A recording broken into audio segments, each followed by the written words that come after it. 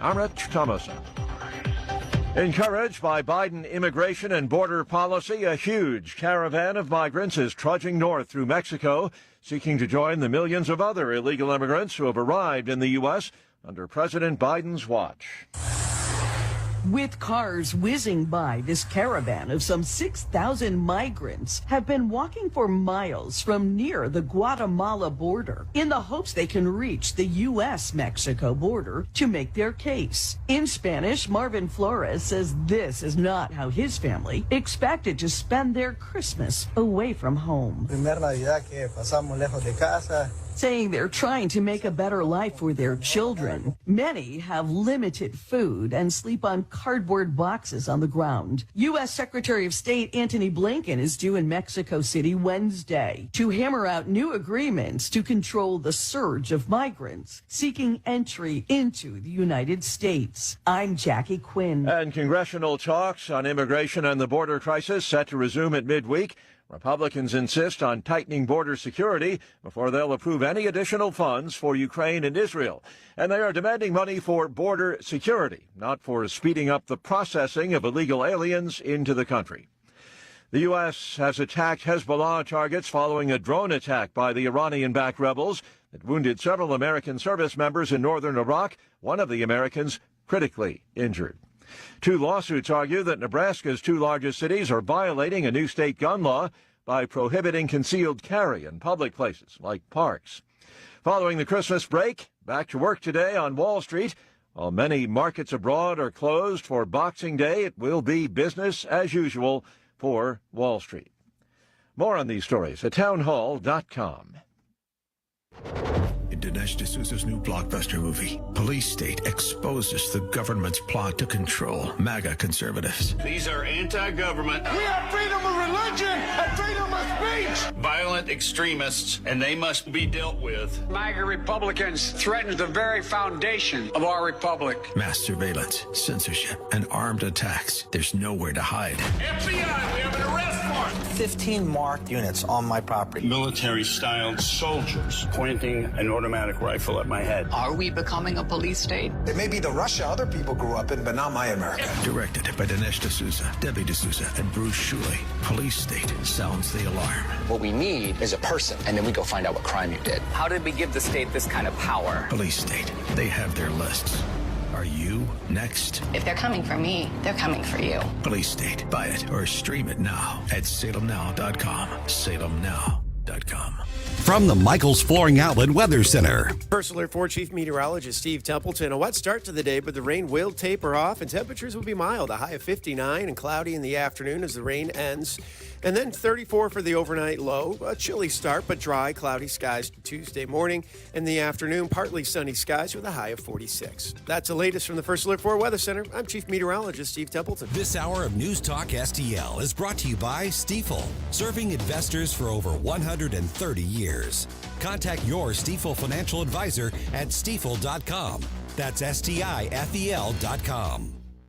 Tony Colombo here for Cadre Asset Management. A cadre is defined as a small group of people specially trained for a particular purpose or profession, and that is the role that Cadre Asset Management can play in your financial journey. Learn more about how they can help secure your financial future by following Cadre Asset Management on Facebook, or just go to cadreassetmgmt.com. Cadre Asset Management is a Missouri-based independent advisory firm licensed under and securities and investment advisory services offered through Founders Financial Securities, LLC, a registered investment advisor, member FINRA SIPC. With Old Man Winter blowing into the heartland, let me tell you, Hanson's Tree Service is here to help. Tim Jones here for Hanson's Tree Service. Look them up 24/7 at hansonstree.com. Do you have any tree problems at your home or your business? Overhanging branches? Have Hanson's and the gang take them down professionally so Old Man Winter doesn't. What about organic mulch? Hanson's Tree has got that in bulk. It'll save you in price and time, incredibly convenient. Protect all those assets you've got in the ground and have Hanson's take care of everything above the ground for you as well. Get them out to your homestead or your business right now. hansonstree.com. That's hansonstree.com. Welcome home to St. Louis's new choice for conservative talk. It's all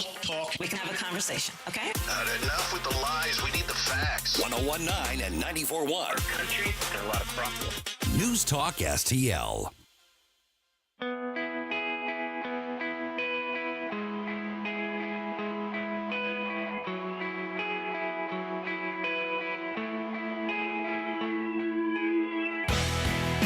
This is Larry Connors. Make sure you're listening later today at 6 o'clock on News Talk STL for my show, Larry Connors USA. Now, back to Mike Ferguson in the morning. All right, everybody, here we go. It is December 26th. I got Gabe Pfeiffer in studio. Cheyenne. Yeah, I'm hearing you. We'll talk a little bit about Christmas today. Trying to get my headphones figured out here before we get rolling. I'm hearing you. I'm hearing you good. Check your cord, too. We got it. There you go. Okay. Yeah, that cord over there is a little sticky. Little rookie mistake. I'm learning as we go. How was Christmas? Oh, man. Christmas was awesome. Gabe Pfeiffer. Incredible. You had a great Christmas? I had a great Christmas, yeah. I mean, I ate a lot of food. Yeah, by the end of Christmas, actually, by the time I was opening presents, I was like, okay, can we just take a nap before we do that? Wow. Did you get anything good? Like, presents or food? Because Presents. yeah. What did I get? I got a pillow that like massages your neck. My pillow? No. Yes, this is an ad, actually. Roll right into it. Got the script right in front of me. Go for it. You paid live, right? Let's go. But yeah, I got a vibrating pillow, so that's really nice because I can just fall asleep to my neck being massaged. Oh, really? That's nice. A side pillow, too. I mean, apparently people know I love sleeping. Just got a bunch of pillows practically, but that's okay with me. Is it plugged in? No, I don't. Actually, I'm really scared. I don't know. I don't know when it's gonna die, or if it's battery powered, or if it's just powered by some powerful god. I don't know about the magics, the magics of the universe. The magics of the universe. I imagine it's probably just a USB. You know, they always have a little plug someplace. That's true. I didn't see a cord with it, so I'm just a little worried. But it's okay. Please don't die, pillow. Yeah, please. Gabe, did you get anything good? I got my daughter got me a little. Now here's a little heads up. I am a massive nerd, especially in terms of comic book type stuff. So I've got my daughter got me a Mjolnir. It's the Thor's hammer, and it's a tool set. So it expands out, and you open it up, and like the handle is an actual hammer inside the big hammer, and then the rest is a little toolbox with screwdrivers and pliers and things like that. So it was great. I felt really manly. I was fixing things around the house. Lightning. For no reason. Nothing's even broken. Yeah, nothing broke. Actually, I broke it so that I could fix it. It's like, yeah. I've got nothing exciting to report. No. At all. No, nothing? Kind of a bittersweet Christmas for me. I've got, I got half my family is in Florida. That's where my wife and family is at. My daughter, who is, since the divorce, it's been very difficult with my daughter because she's, we got the thing going on between the mom and the dad, and it's been a whole tricky situation. And then our family, my entire family, it's primarily my dad's side of the family that I grew up close with. They're all split up over COVID. Oh, really? Oh, yeah. The Still? mask and the vaccines, and it caused a bunch of trouble. This year? Yes. Still? Well, it happened 2 years ago, but it caused a lot of bad feelings between everybody. Oh, I see. This is residual stuff. Exactly. I got this I bittersweet thing going on. By the way, I guess I was remiss because I couldn't get my headphones going on. My name is Rob Carter, filling in for Mike Ferguson in the morning. I guess I should announce that. Be like, who is this guy? And what is he doing here on the day after Christmas? But it was a bittersweet Christmas. A lot of things to be grateful for. I got to give you a quick story, though, because I want to tell the story. I have family listening, and they'll know who I'm talking about. So it was about 12, 13 years ago. I was doing the math the other day. It's my cousin's husband. I don't even know what relative that would be because I don't have any brothers or sisters. I'm an only child. You're going to figure that out very quickly. But he was having problems with his child, who I grew up around, and I love this family. So when I was a kid around 10, 11, 12 years old, actually it was at 9, 10 years old, I moved from St. Louis to Kansas City because my parents were getting divorced. So I grew up with my cousin, and she became like a sister to me. And she was a knockout. I mean, just beautiful. All the kids in the neighborhood. This is back when people used to roam the neighborhoods. You know what I'm talking about. You don't, Shan. You don't know what I'm talking about. But back in the day, we used to roam the neighborhoods free as a bird. Those of us with gray hair understand. Yes, the good days. And she was the knockout of the area that we lived in. All the boys chasing her around, and she ends up marrying this pimply-faced kid who turned out to be like a brother to me. I absolutely love him. And we were talking about it before the show started. They have a son. who's just awesome. Baseball player, football player, played the guitar. Just one of these kids that everybody gravitated towards. Mm-hmm. Gets addicted to opioids at about 18 years old. Jeez. That turns into heroin, and they go through this just torturous time in their lives, and it was just so sad to watch. He had a business going, and he was making a chunk of money as a construction contractor, and both of them just trying to keep their son off of drugs and trying to cope with it as they had two little ones in the house. Everything just started to fall apart around him. Lost his business. He had people embezzling from him, and it was just turned into a whole mess. So he calls me up. This is, like I said, 12 or 13 years ago. And he said, listen, I can't pay my taxes. I think it was 10 grand. He goes, I got to have $10,000. He goes, or I'm in a bad situation here. Oh, wow. I said, I got you covered. Oh, my Relax. gosh. So I sent him the $10,000, and I'm in a state of mind. I have kids. And if my sons or my daughter were on heroin and I had to watch them slowly fall into this darkness, I don't know how I would handle it. I don't know that, thank God that I haven't had to deal with that, because I don't know how I would roll with it.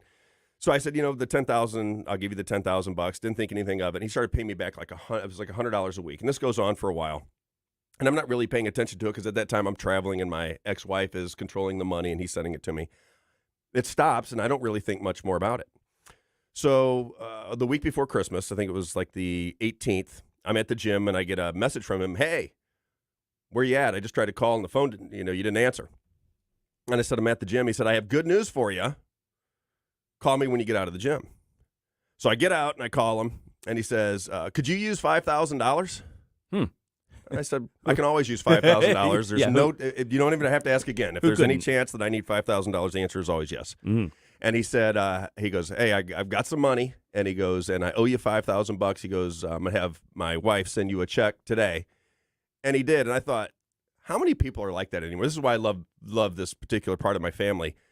12 years ago, he borrowed $10,000. He must have paid back at the $100 a month, must have paid back $5. I don't even know that he owes me money anymore. I've completely forgotten about it, didn't think anything of it. Right, you let it go. But it was so in his mind that he needed to pay this debt back to me that 12 years later when he comes into the money, sends me a check a week before Christmas. And I could use it this particular year, so he sends me a check right before Christmas for the money. And I thought, wow. This is what I mean about bittersweet Christmas. And then the other thing I had to get out is I said our family were kind of split through COVID. So we have part of our family, and even my oldest daughter and my aunts, her daughters, they were very into COVID. I mean, they were into it. You know what I mean? You couldn't come over. You couldn't hug them. Everybody had to wear 3 masks. They had to have dinner outside. It was the whole thing, if you remember what was going on during the COVID situation. And I'm on the other side of the fence going, this is insane. This is, we got to move past this. This is not right. This is breaking everybody up. This is no good. Right. So as it started to split, we had splits in that entire side of the family. So everybody's now my whole family is a wreck. Nobody's talking. This is a close family for my whole life. And in the last 2 or 3 years, my entire family is split. Nobody's talking to each other. So I went to see my aunt, who I've not seen in 5 or 6 years. This was an aunt that was the one who babysat me all the time. You have one of those aunts that just is around and just loves you and you're the greatest. And she's one of those kind of aunts. And I haven't seen her in 5 or 6 years because of this split. So I got to see her for the first time in a long time and got to see the family. So for me, not seeing my daughter, who's 19 years old, away at KU, is a bummer. I got to fix that situation somehow, some way. Shane, you're going to have to coach me through this because it's driving me crazy. But on the other side, I get this check out of the blue from family and got to reconcile with an aunt that I haven't seen in years. So it was kind of bittersweet for me. Oh, yeah. That's my Christmas story in a nutshell. That's interesting. It sounds a little bit like a movie. You know what I mean? It's like there's stuff. There's so much drama and stuff going on.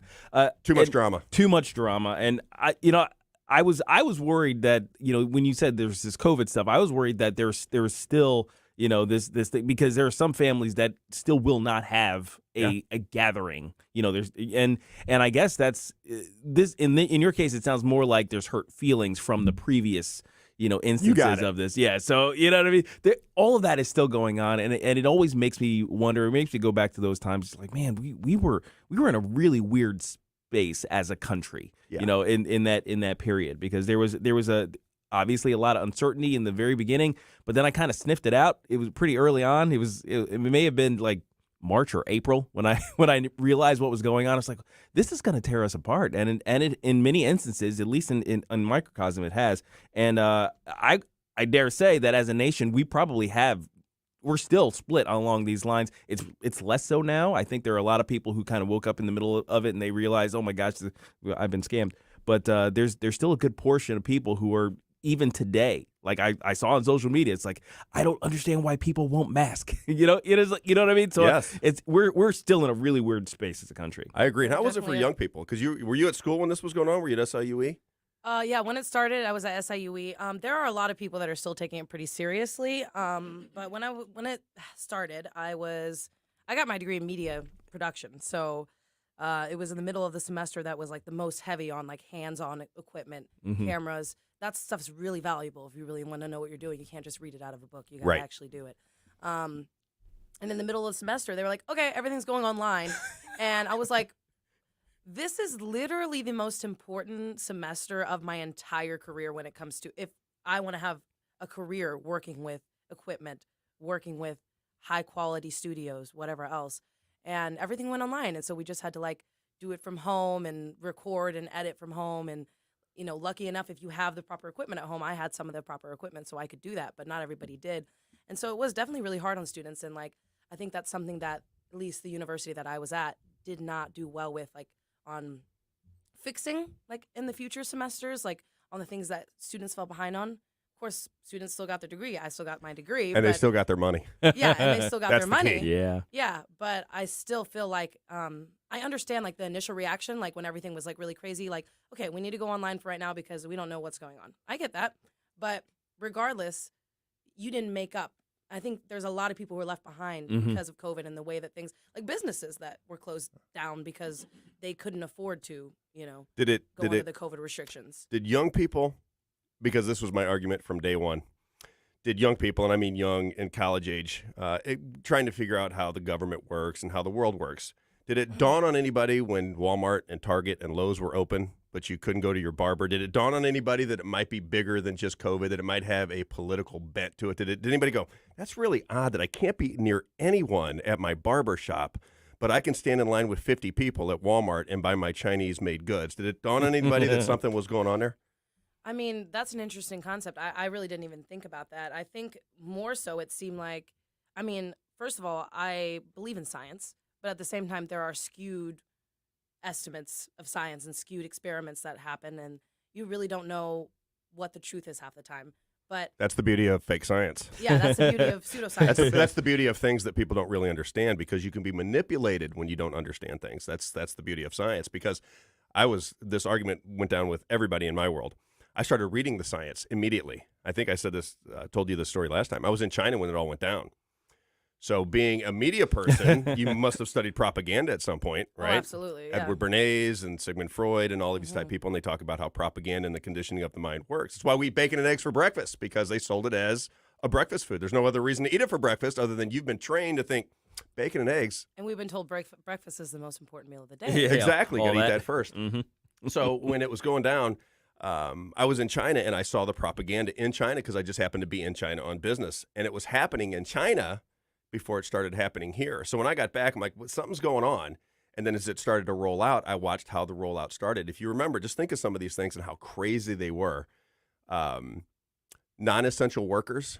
How would you like your government to call you a non-essential worker? You're trying to raise, now you don't have any kids, I would assume, Shan, you're very young. But it's just to say you got 3 kids. And your government is taking you out of the workforce and saying you are a non-essential, the words, non-essential we don't need worker. You. Yeah, we don't need you. I mean, you're really irrelevant to what we really need in the world. You're just taking a paycheck, but we don't really need you. For your government to say that and then to shut down all of the small businesses and keep all of the large corporations. Essential workers are McDonald's workers? Exactly. Essential workers were at Walmart. People who make your fast food essential? Yeah. At Walmart, they were very essential. And let me make it clear, everybody in the workforce deserves respect, but I'm just saying that regardless, the corporations and the fast food, that's what's essential to us, apparently. But that's what the government decided. It's true. That's what I mean. And the thing that bothered me the most was when you were explaining that to people. You're saying, look, and just open up your mind. I'm not, I get it that you're very scared that we have this thing coming down. We're all worried. Could you possibly get your mind around the fact that the government may be pulling one over on us here? This may not be what you expect it to be. And I can tell you that 9 out of 10 people that I talked to back in those days could not wrap their brain around the fact that the government would do something so monumental. Yeah. So over the top, crazy. And I said, well, let's see how it plays out. And then over time, people started to recognize it. And to your point, yeah, a lot more people are starting to recognize there was more to it than there's this virus that we don't know what's going to go on. And if you touch somebody, remember at the beginning, you had to wipe your food down. I got caught in that. I got caught in that. And let's talk about that at the end of the break, because I have a slightly OCD personality. So they caught me. They caught me, and it was a revelation. I was wiping my freaking food down, and I'm like, why the am I doing this? because I am a scientist, and I decided to actually. You are? Yes, and I decided excellent. to read the science. So yeah, we can talk a little bit more about how all that worked. Stick around. We got more Christmas stories. We'll be right back.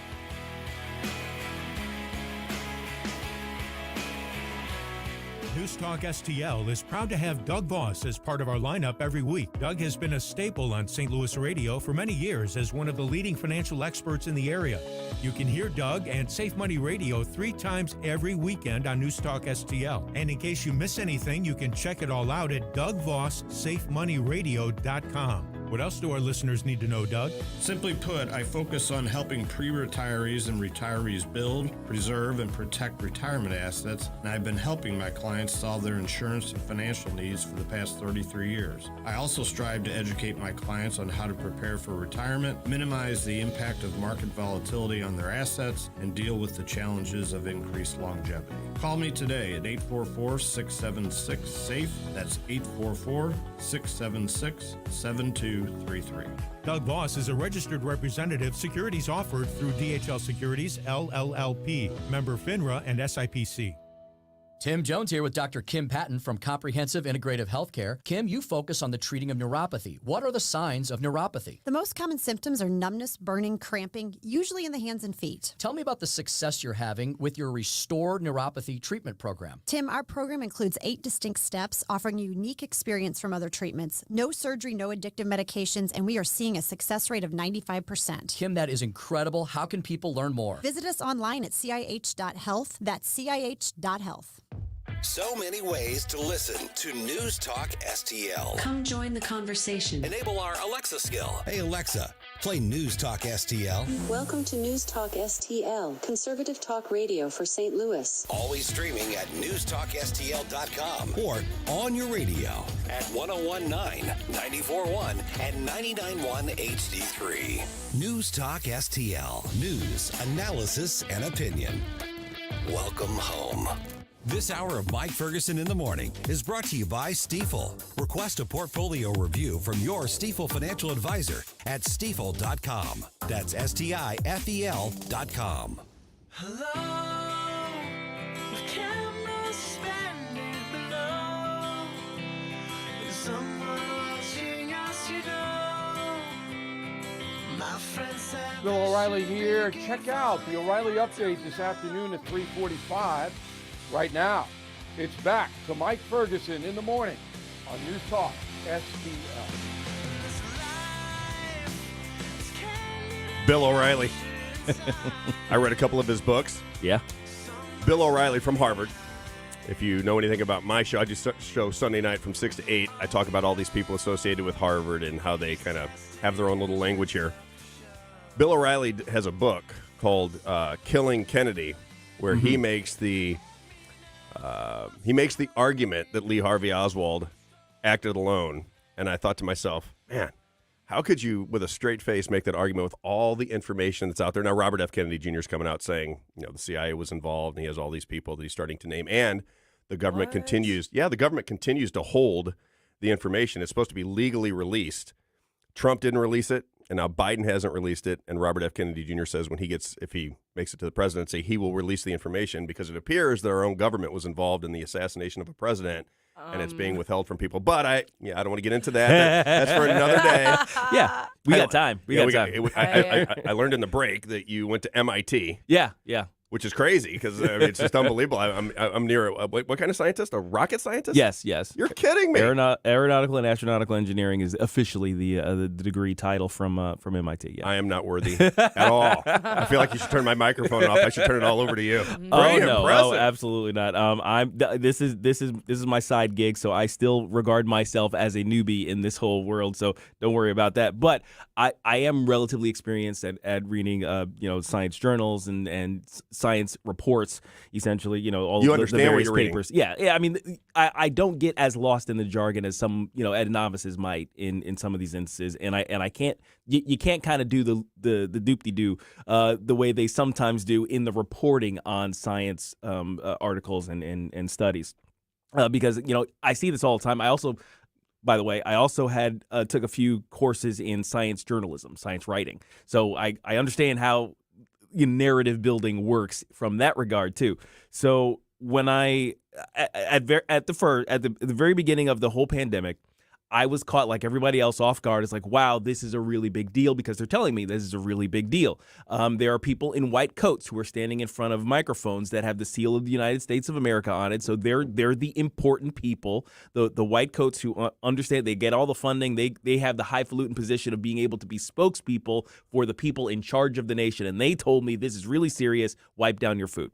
So I said, okay, they must know things that I don't know. I'm going to take their word for it because they are the experts. That is how I approached it. Because look, I don't know.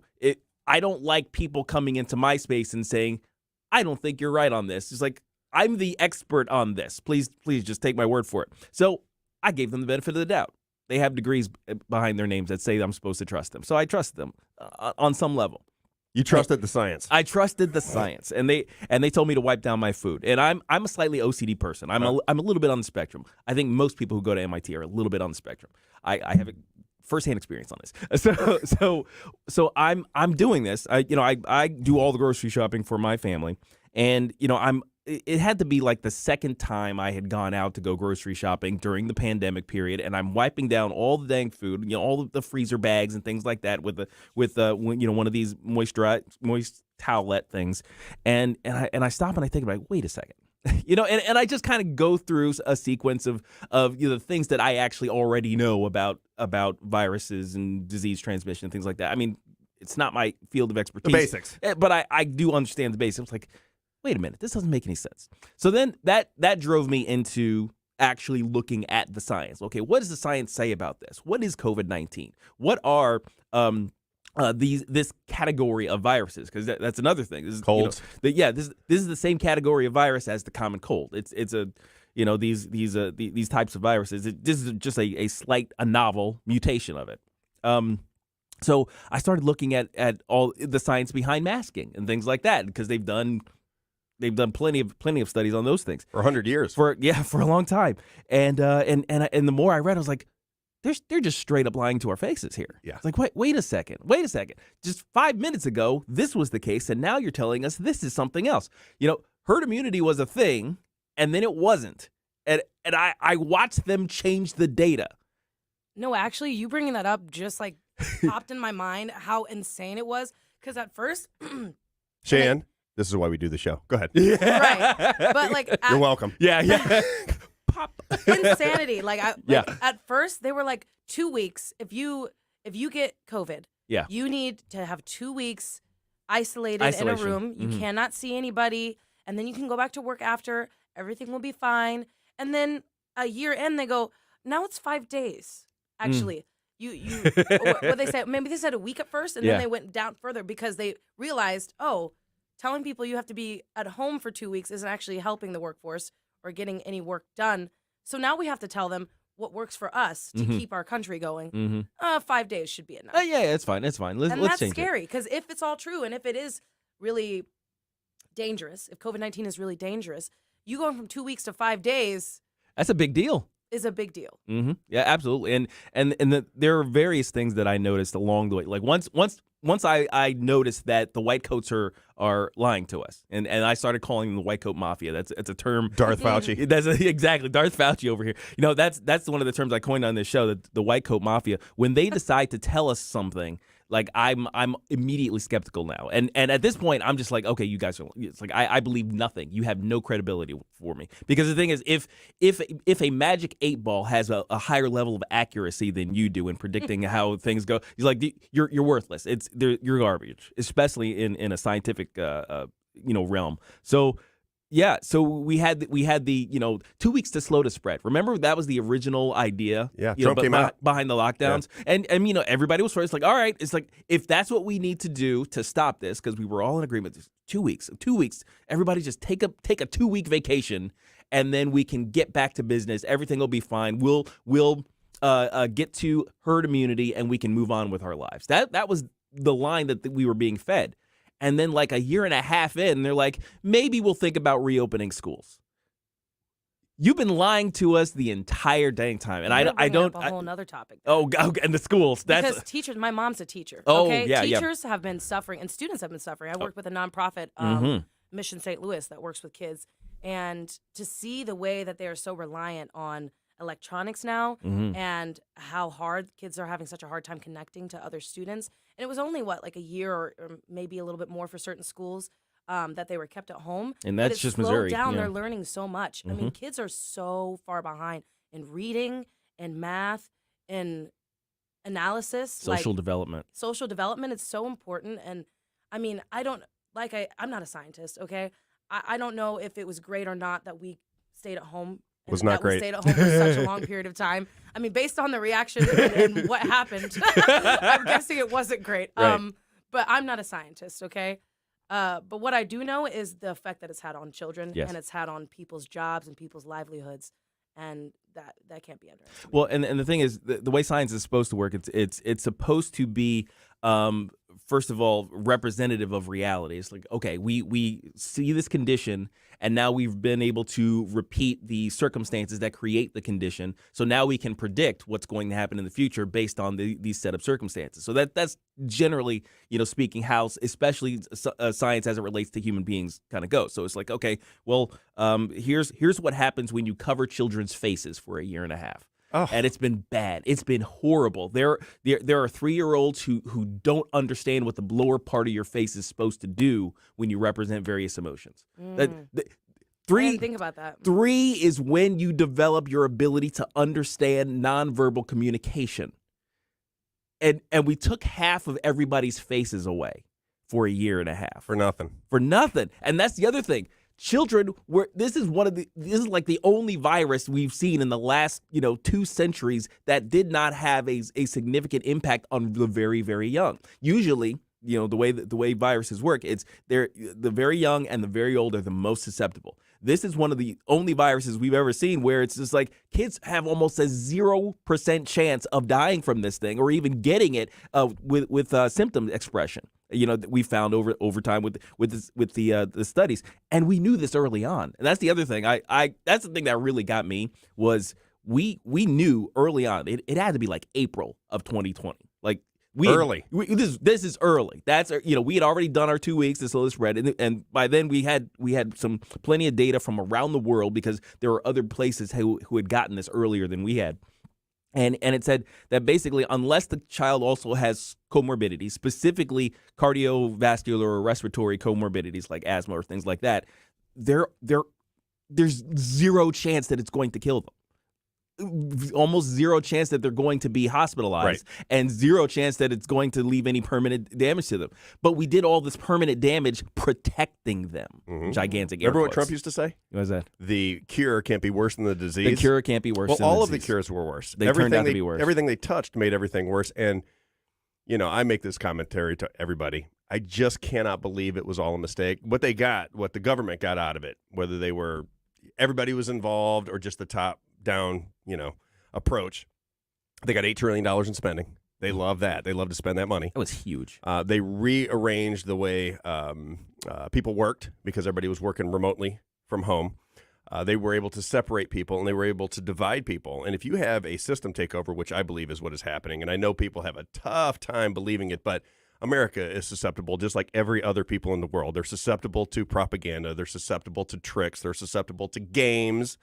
And when you have I was watching football yesterday. How much more time do we got? I want to tell this quick story. 30 seconds. I'm watching football yesterday, And every commercial, I said to my dad, I said, this is just one long Pfizer commercial with football to interrupt it. And once you understand that kind of money, if it was, and I was telling you earlier, if during the commercials, if it said brought to you by the Sinaloa drug cartel, everybody go, what in the world? But if it's Pfizer and it's legal, then it's completely different. Take their opioids. It's going to be great for you. They're non-addictive. Ridiculous. Yeah. We'll be right back, everybody.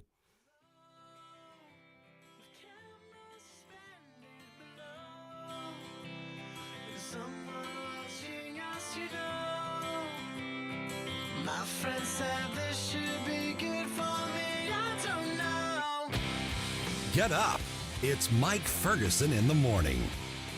Get up, St. Louis. It's Mike Ferguson in the morning. On the next Larry Connors, USA. Colorado fired the first shot. Now more Democrat states considering banning Trump on the ballot, and Republicans considering banning Biden. Larry Connors, USA. Now, weeknights 6 until 8 on News Talk STL. From the Michaels Flooring Outlet Weather Center. First alert for Chief Meteorologist Steve Templeton. A wet start to the day, but the rain will taper off and temperatures will be mild. A high of 59 and cloudy in the afternoon as the rain ends.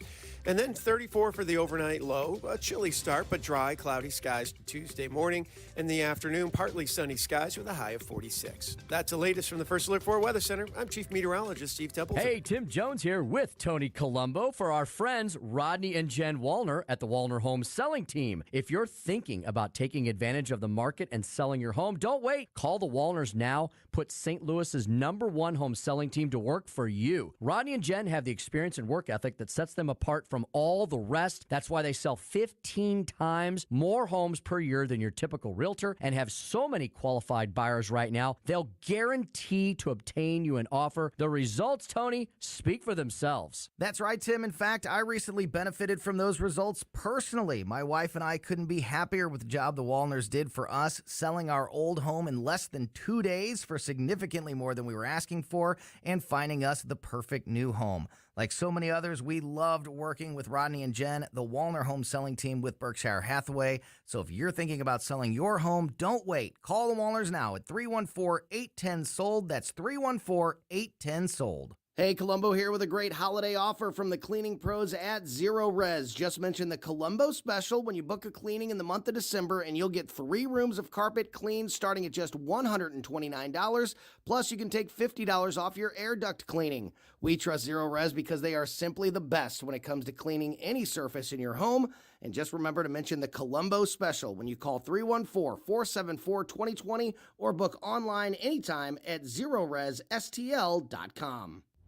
Southern Armory, your hometown gun store. Come and be more than just a customer. Southern Armory, we carry the best guns, holsters, knives, magazines, ammunition, and even food storage. Special orders are welcome. Southern Armory, 1 mile east of 270 and 44, 9901 Watson Road, and SouthernArmory.com. That's SouthernArmory.com. Whether you're purchasing your first firearm or adding to your collection at Southern Armory, you're more than a customer, you're part of the family. Follow Southern Armory on Facebook or at SouthernArmory.com. So many ways to listen to News Talk STL. Enable our Alexa skill. Hello. Hey, Alexa. Yes, I'm listening. Play News Talk STL. Welcome to News Talk STL, conservative talk radio for St. Louis.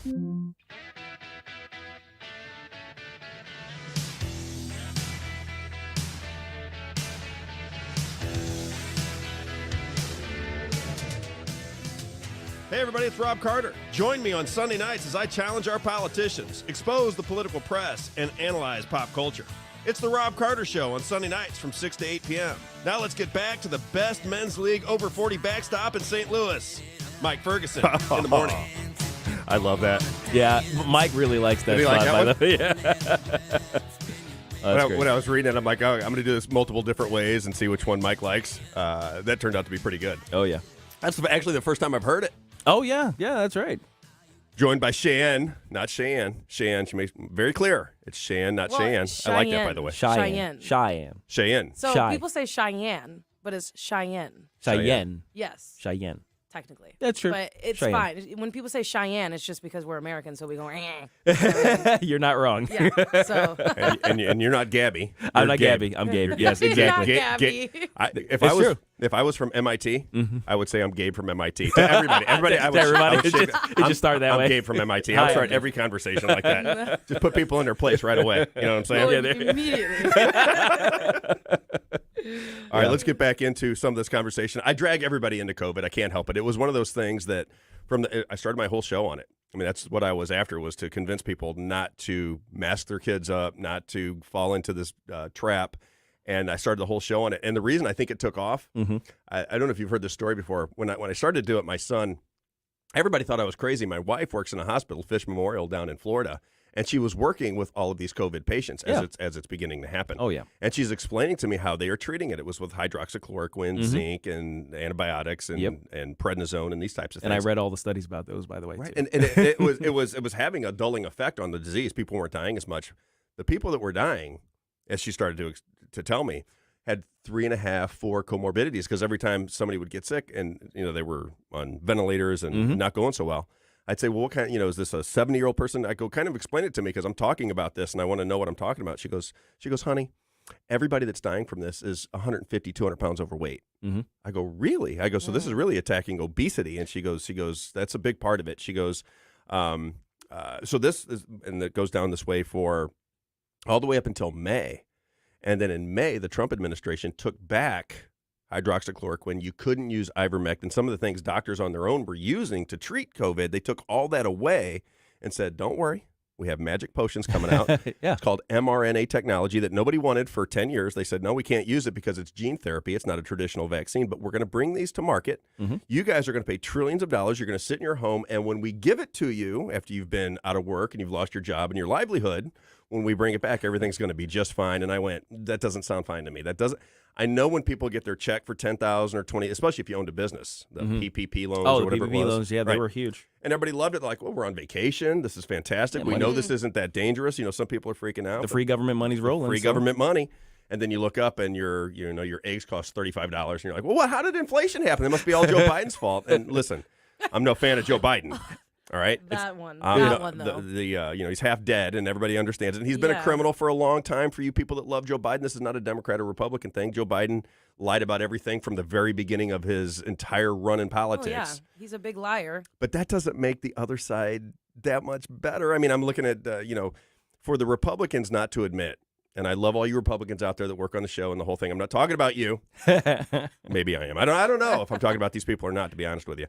But to say that Donald Trump didn't add to the to inflation, it just defies reality. $8 trillion he added to the debt and deficits, and everybody just acts like it didn't happen. And because all of the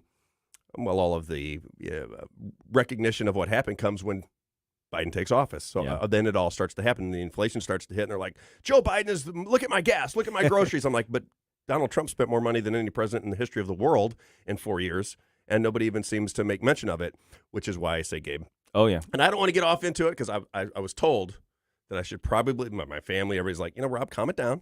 Yeah. It's 6 o'clock in the morning. Don't get on your rants. We're just coming off of holidays, man. Enjoy the day after Christmas, and I will. Yeah. I got a lot of things to be thankful for. Eggnog and be happy. But I do. And I'm going to stay on this because I'm talking to the station about doing an evening show from 8 to 10. I've been talking about this with my friends and family, deciding whether I want to do this or not. The main ingredient for me, the only reason I have to stay motivated to do it is I want the people that were involved in that to be exposed. I want those people to be exposed. I want the pharmaceutical industry to be exposed. I want the politicians that went along with it to be exposed. I want guys like Sam Page, who was putting masks on my kids and closing my schools down. I want those people to pay some form of a price. I want it to be exposed that these people were lying to us. I mean, he's supposedly a doctor, this Sam Page. I don't want to get into him because I'll get on a rant, and when I hear his voice or name, it makes me uncomfortable. Oh yeah, but me too. What he did in St. Louis was so unbelievable, and he's supposedly a doctor. Now his family may be very nice, and his kids. I don't want to, to where he can't walk out in public. But it would be nice if he stood before some cameras and said, "Here's where I got all of the information. Here's where I made the decisions to mask up your kids, close down your schools, and close down your small businesses. This is where it all came from." But he won't because he can't. There was never any information out there that said these things work other than somebody saying it. like you said. Oh, yeah, the White Coat absolutely. Mafia. The There was White Coat never, Mafia, There absolutely. was never data anywhere, and this brings me to another topic I want to bring into your attention. Oh, yeah. Do you know Mark Siegel, the guy that's on Fox News? He's the resident doctor. Oh, I think so. I think I've seen him a couple times. Dr. Mark Siegel. Doctor. Everybody loves him because he's kind of this affable guy. Mm-hmm. When this was going on, he said he had like a 99 or 98, 99, 100-year-old father, Mm-hmm. and that he took hydroxychloroquine at the time, and it worked. So this is what he comes out and says during the COVID crisis. Mm-hmm. He was just on recently, and they said that 185,000 additional people have died post COVID-19. So after all of the virus is killing everybody, and post that time frame, 185,000 additional people have died this year versus that time frame. And they're speculating on what it was. Mm-hmm. And he basically mentions everything. And at the very end, it goes, and the vaccines, they may have something to do with it.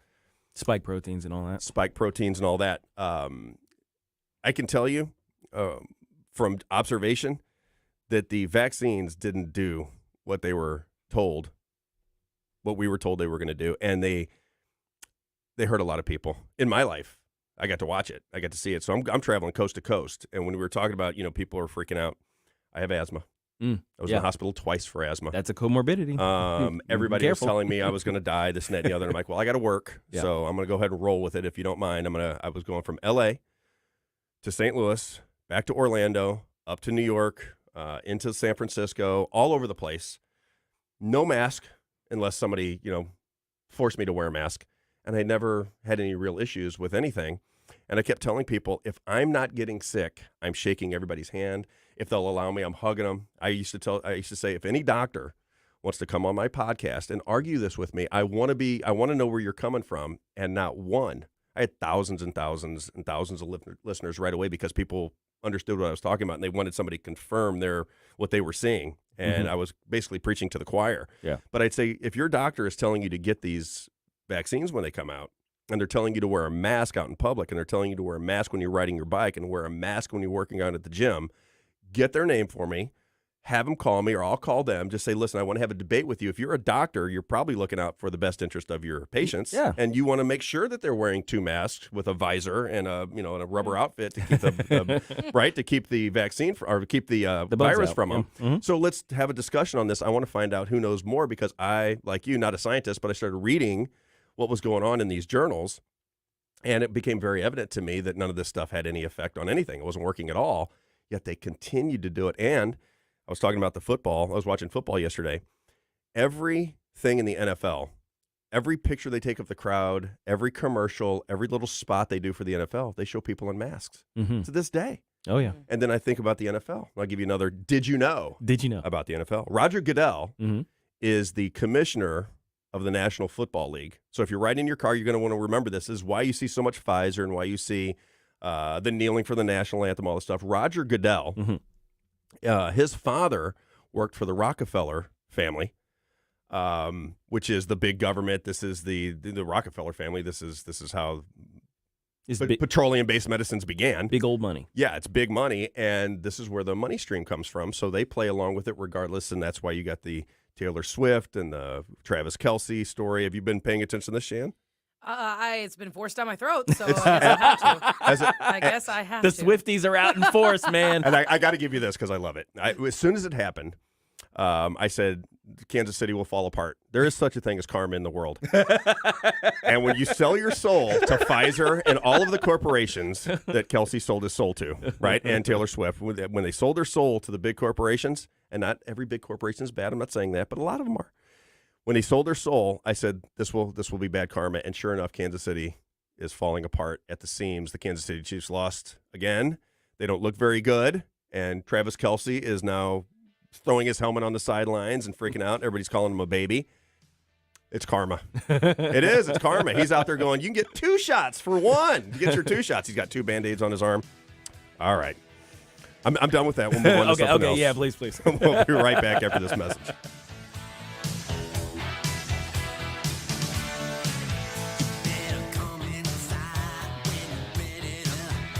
Get up, St. Louis. It's Mike Ferguson in the morning.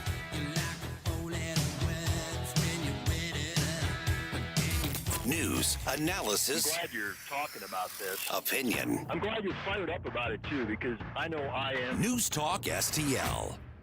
Getting a new floor for your home can be intimidating and a little scary, but that's not the case when you go to Michael's Flooring Outlet. Katie here, and my mom and dad used Michael's, and they had a great experience. They've been a locally owned and operated family business for more than 30 years. You want variety?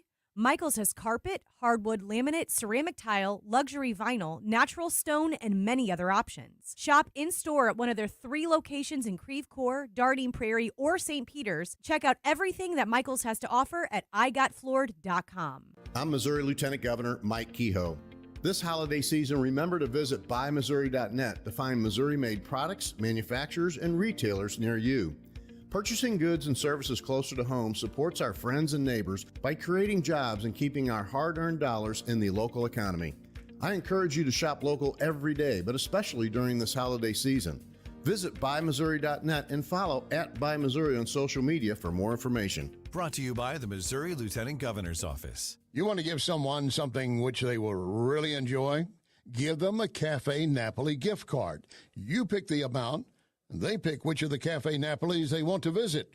Cafe Napoli in Clayton, Cafe Napoli in Town and Country, Napoli 3 on the streets of St. Charles, or right next door, Napoli C. The Napoli gift card. It's the perfect gift for anyone, or your entire office. Cafe Napoli. Cafe Napoli. Columbo and Katie. When it comes down to getting in the ballot box, Democratic voters vote for the Democrat. Yeah. Republican voters are typically more in tune with the policies of the candidates, not the party in general, of the candidates. And if they don't like a candidate, they won't vote for him. But you need to understand that the team that you're going against, they're going to vote for the letter no matter what. Tony Colombo, Katie Fitzpatrick. Weekdays at 2 on News Talk STL. This hour of Mike Ferguson in the Morning is brought to you by Stifel. Request a portfolio review from your Stifel financial advisor at stifel.com. That's STIFEL.com.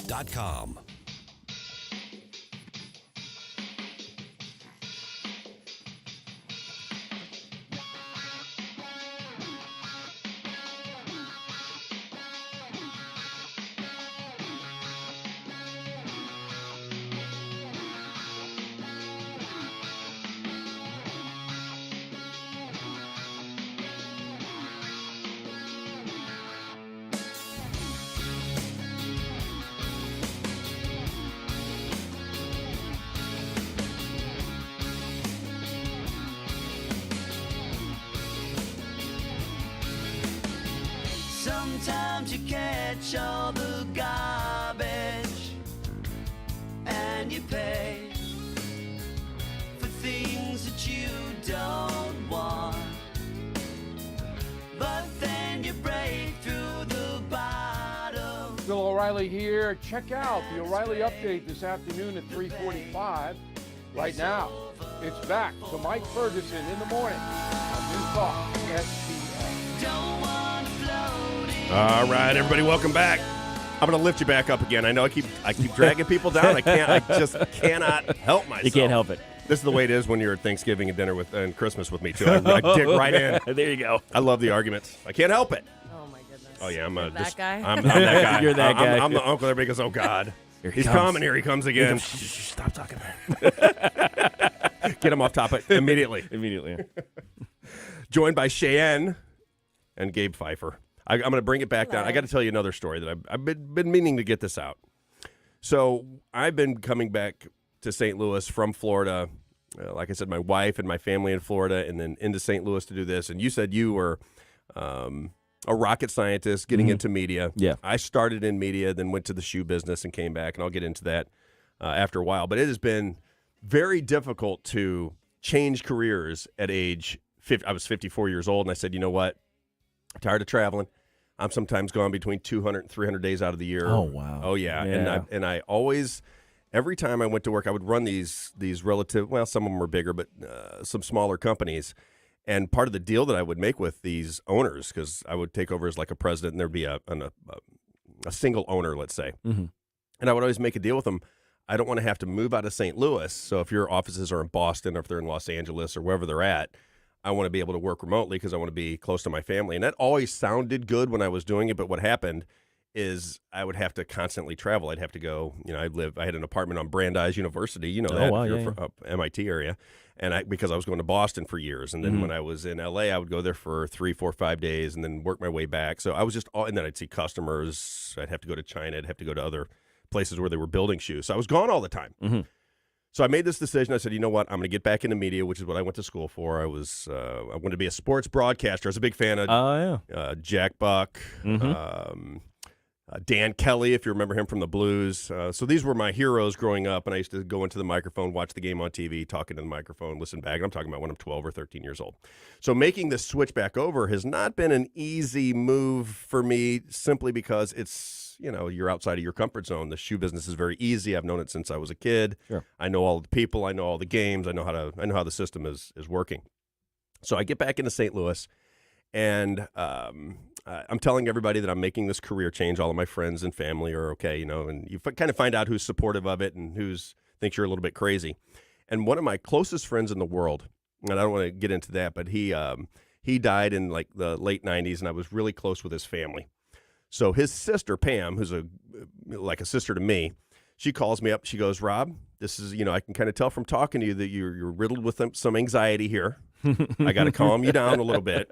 And I want to introduce you to some people that I think can put you on the right track. And she introduces me to this woman named Tessa Greenspan. Have you ever heard this name before? No. She wrote a book called From the Outhouse to the Penthouse. She's 83 years old. And she sets up a lunch with this Tessa Greenspan. And I meet her, and she's absolutely lovely. She's 83, going on 25 years old. She's got the greatest sense of humor. She's sharp as a tack. And she starts telling me about her life. So before she even gets into me, she starts explaining her life in this book that she's written and so forth. This woman's 83 years old. She's the product of a rape. Her mother was raped. Her mother lost her leg when she was young.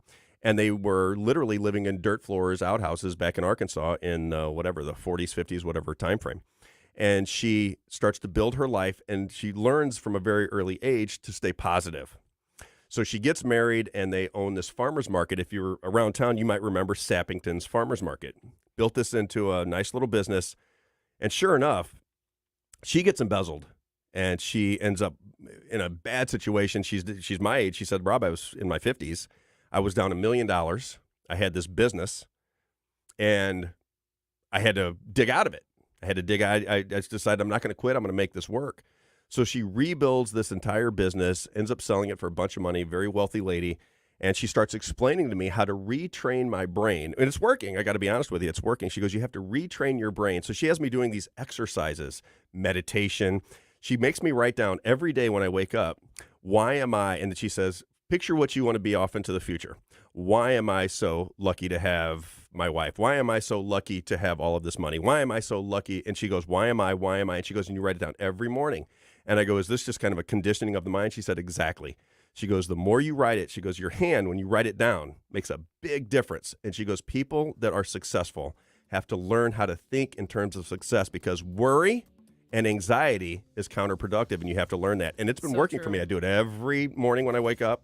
And I got to tell you, outside of my COVID hang up, I'm doing pretty well. There you go. Gratitude's the thing, man. We have the Freedom Principle of Missouri coming up. Byron Keeling going to talk about how to save St. Louis, I believe. We'll be right back.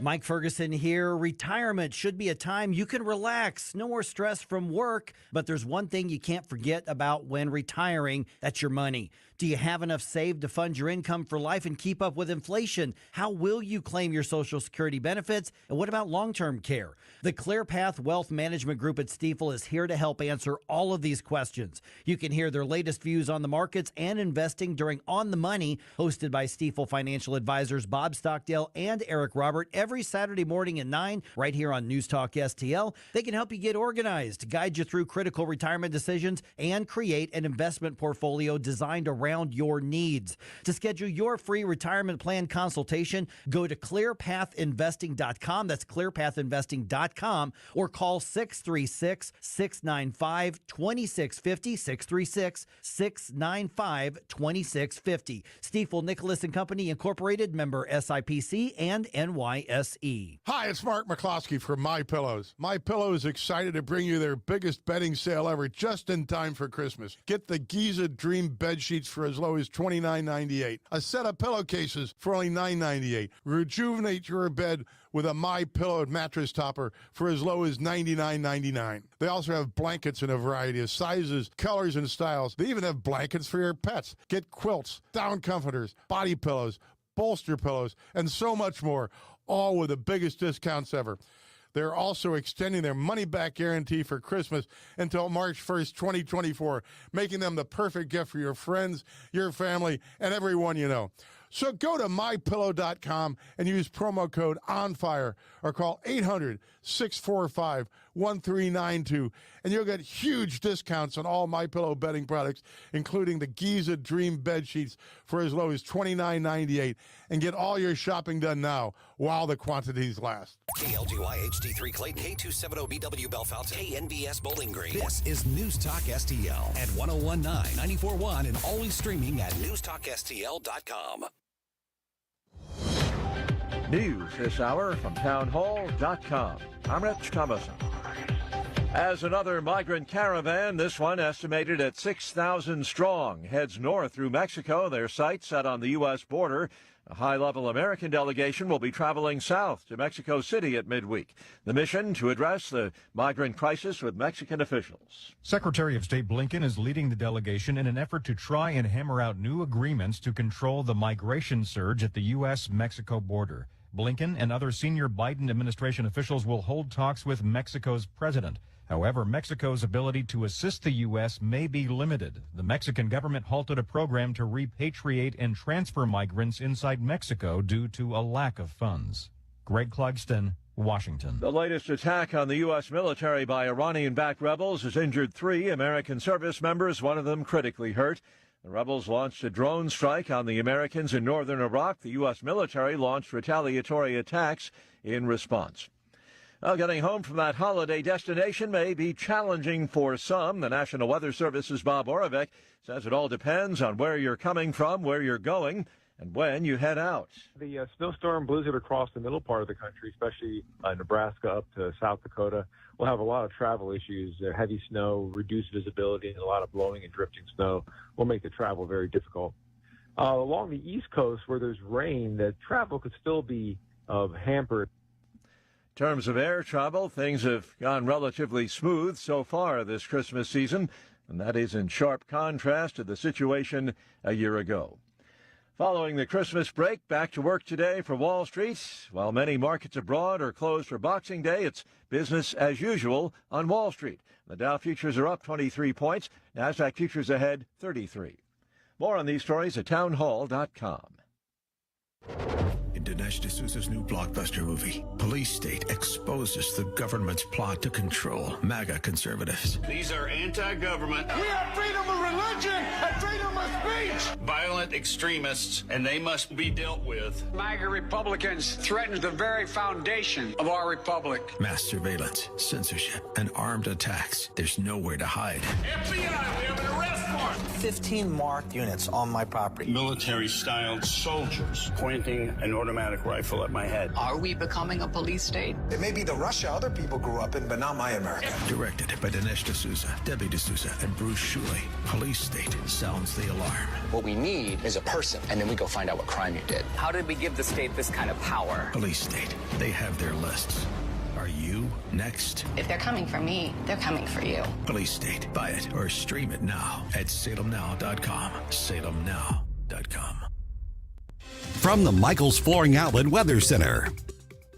This hour of News Talk STL brought to you by Chris Cooper and Serenity Wealth Management. Discover little-known strategies that could be the difference between choosing the care you deserve or having someone else decide it for you. Get a free copy of Chris's book at serenityltc.com. Hi, Sean Long with STL Fenceworks. Our company realized another extraordinary year of great business. I thank God for engineering our success and for this great nation and all the blessings it offers those who persevere and work hard. Second, I want to personally thank the great customers who put their faith in our company to make their home and backyard dreams a vision fulfilled. STL Fenceworks doesn't exist without you, and I'm humbled and grateful for your patronage. I also want to thank all my great employees. You're the backbone of STL Fence Works. You make my vision a reality. I'm truly honored to work amongst such fine people. Finally, as the year ends, I want to remind everyone to take time to enjoy the season. Embrace your family and friends, count the blessings in your life. Reflect on the important things, and don't forget the true meaning of Christmas. When a baby was born, Jesus, our Savior. On behalf of everyone at STL Fence Works, have a very Merry Christmas and a blessed and prosperous New Year. This hour of Mike Ferguson in the Morning brought to you by Window World. Simply the best for less. 314-993-1800 or visit windowworld.com.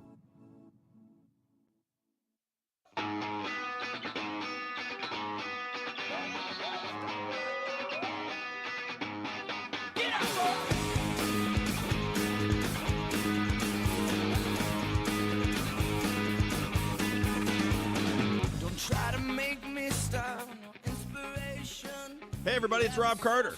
Join me on Sunday nights as I challenge our politicians. I expose the political press, and I analyze pop culture. It's the Rob Carter Show on Sunday nights from 6 to 8 p.m. Now let's get back to Mike Ferguson in the morning.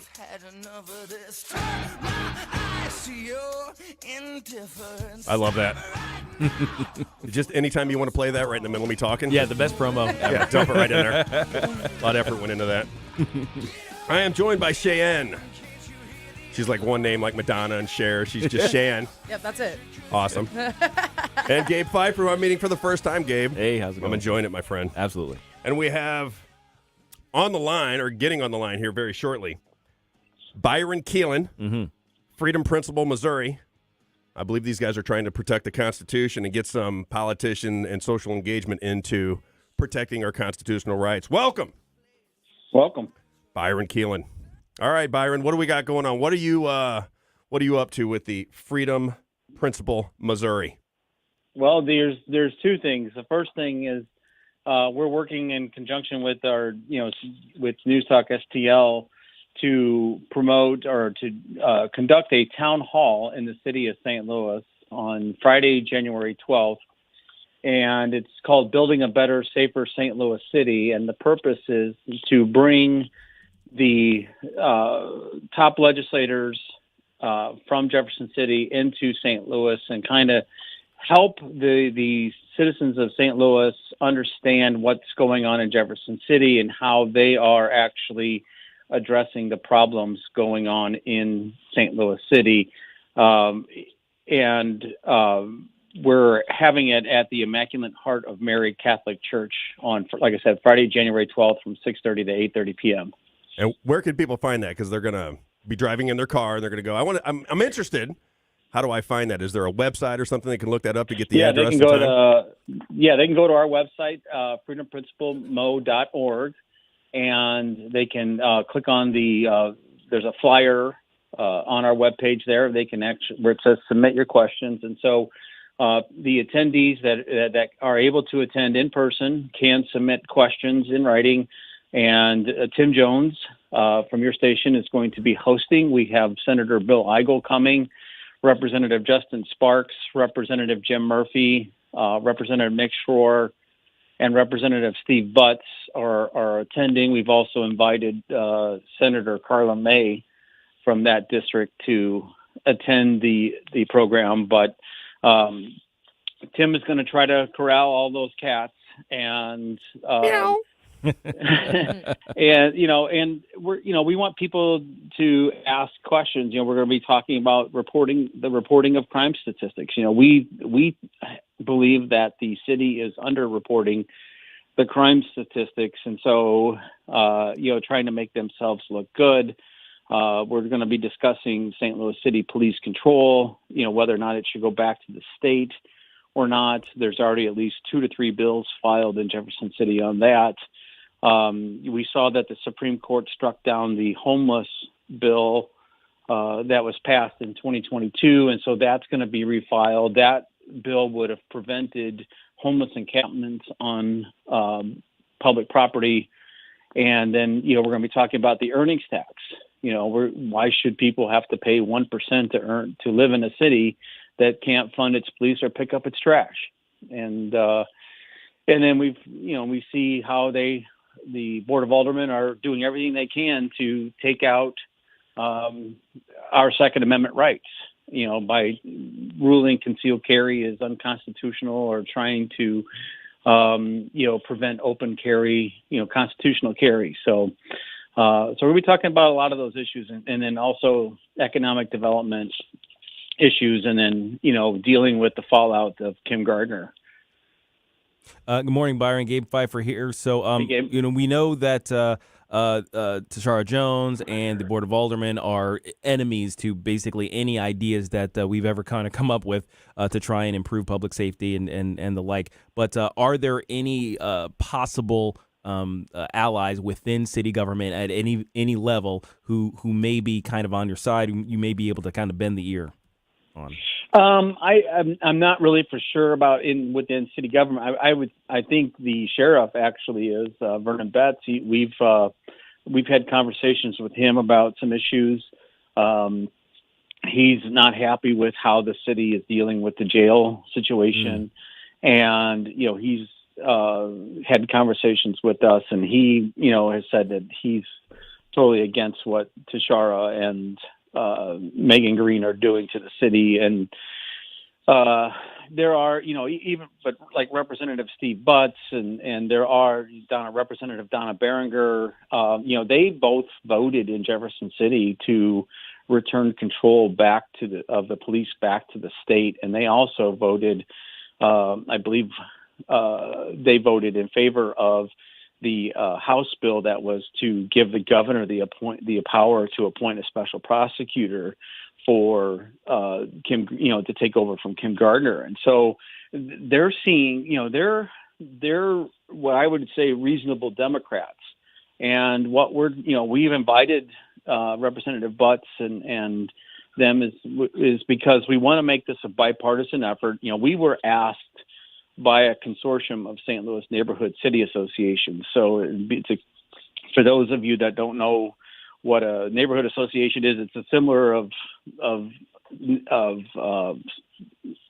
homeowners associations in various subdivisions in the counties. And so we were asked to put this together because they're fed up with what they see as the pro-crime, pro-homeless policies coming out of the city, and they don't want this in their city. They're seeing all of their people flee the city, and so we're trying to solve some of these problems. And what's happening is that since we don't really have any unbiased media per se, print media, the Riverfront Times, the Post Disgrace, and all those groups, papers, they're giving the left talking points. They're not giving a fair view of what Jefferson City is trying to do. And so, we've always advocated for St. Louis City in Jefferson City. And what we want to try to do is to give the residents of St. Louis City an unfiltered access to these legislators to say, here's what we're doing to address the problems, and let them determine whether or not they like those policies or not. So it sounds like the city neighborhoods are basically having to do an end run around their own government, their own local government, and appeal to other governments in the state, essentially to kind of come in and govern the city in such a way that they can continue to live there. Yeah, it is. And the way I view this is that Tashara Jones and Megan Green are like children playing with loaded guns. And Jefferson City has to be the parent in this situation, or the adult in the room, and take away that loaded gun from them before they hurt themselves.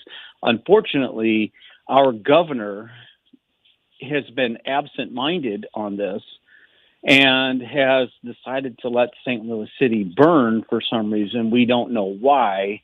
We just, other than the fact that he's just checked out.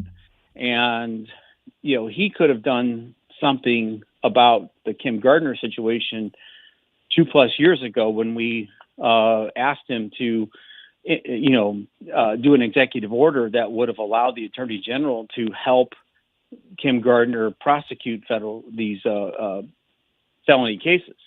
And he didn't do anything.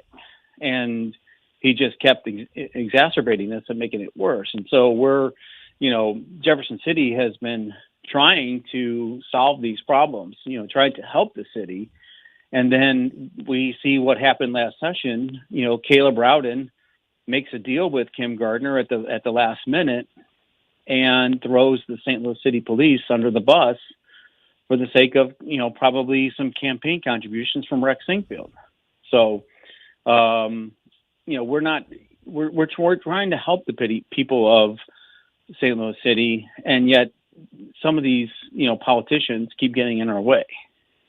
Byron, it's Rob Carter again. I got to tell you, I'm excited for what you're talking about. This is a big topic on my show, and I hope that what you're trying to get across is that the citizens of St. Louis City have got to get involved in their own government. You can't sit back and let people take advantage of you. You can't let your property values go down. You can't have streets where you can't walk and be safe, and you can't have people coming in from the suburbs not feel comfortable to go to a Cardinal game or go downtown. That has to change. And what I always see and what I talk about, and I'm anxious to hear your opinion on it, you have to have elected officials that are willing to stand before you and answer questions of how you're going to solve problems. And if the St. Louis City officials don't want to do it, then Jefferson City should get involved. You have to get the community to put pressure on elected representatives to do their job, because I think there's a lot of shenanigans that go on. And if people aren't invested in their own city, then you kind of get what you get. You got to get involved, and you got to make sure that your elected representatives get to work. Yeah, exactly. And for too long, really, the Republican Party, and I've told this to a lot of these politicians in Jefferson City, is that the statewide candidates ignore St. Louis City because it's not worth for them to invest time there, because they generally know that, people are going to tend to vote Democrat. And so they ignore them.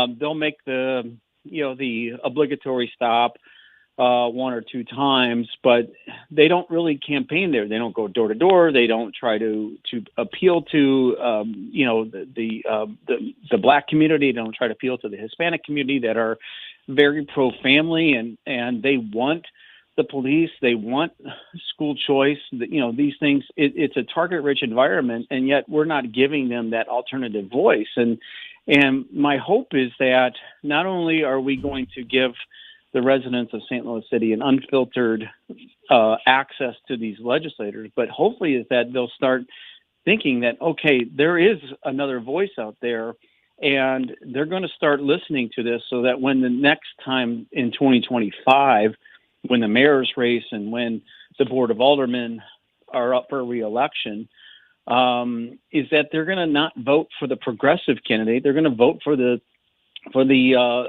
candidate that actually is interested in solving the problem, not the one that wants to give them everything or take away everything.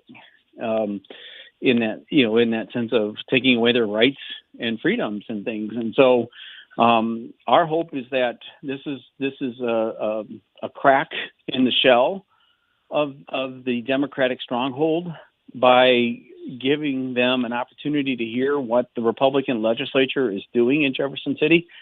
We're not saying that everybody in that room is going to agree with what they say, but we expect it's the first step in trying to open this communication between the residents and to Jefferson City. And we're happy to have News Talk STL, and we're happy to be a part of the process in building that bridge. So Town Hall, January the 12th, and you named a couple of people that I just did interviews with. So Justin, Bill Eigel, Nick Schroer does the show right after me on Sunday nights. And I can tell you from talking to these people, I just did a long hour and 15-minute interview with Bill Eigel.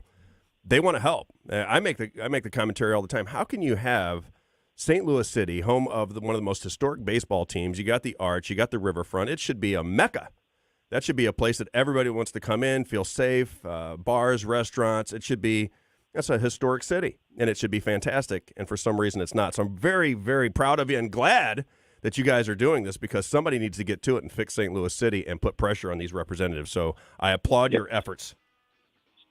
Well, thank you. And again, they can go to freedomprincipalmo.org and talk about that. The other thing I do want to mention is that you guys in this first couple hours have been talking about COVID and stuff, and we are actually trying to pass a constitutional amendment to the Missouri Constitution that would prohibit the government from issuing, the government and or schools from issuing any type of vaccine or mask mandates. And so we encourage people to go to standformomedicalfreedom.com and actually check that out and sign up to sign the petition. Fantastic. Byron Keelan, everybody. Thanks, Byron. Freedom Principle, Thanks, guys. Missouri. Check it out.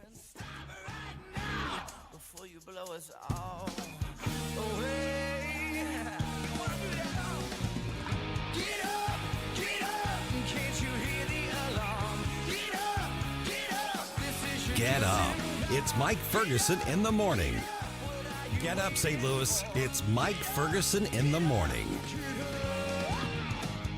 Tim Jones and Chris Arps in the afternoon. From the Tim Jones and Chris Arps Show, we wish you all a very, very happy, joyful, and peaceful Christmas. We're back on Tuesday with David Stokes of the Show Me Institute. Live and local, weekdays at 4 on News Talk STL. I'm always glad to have new sponsors, but I have turned some down.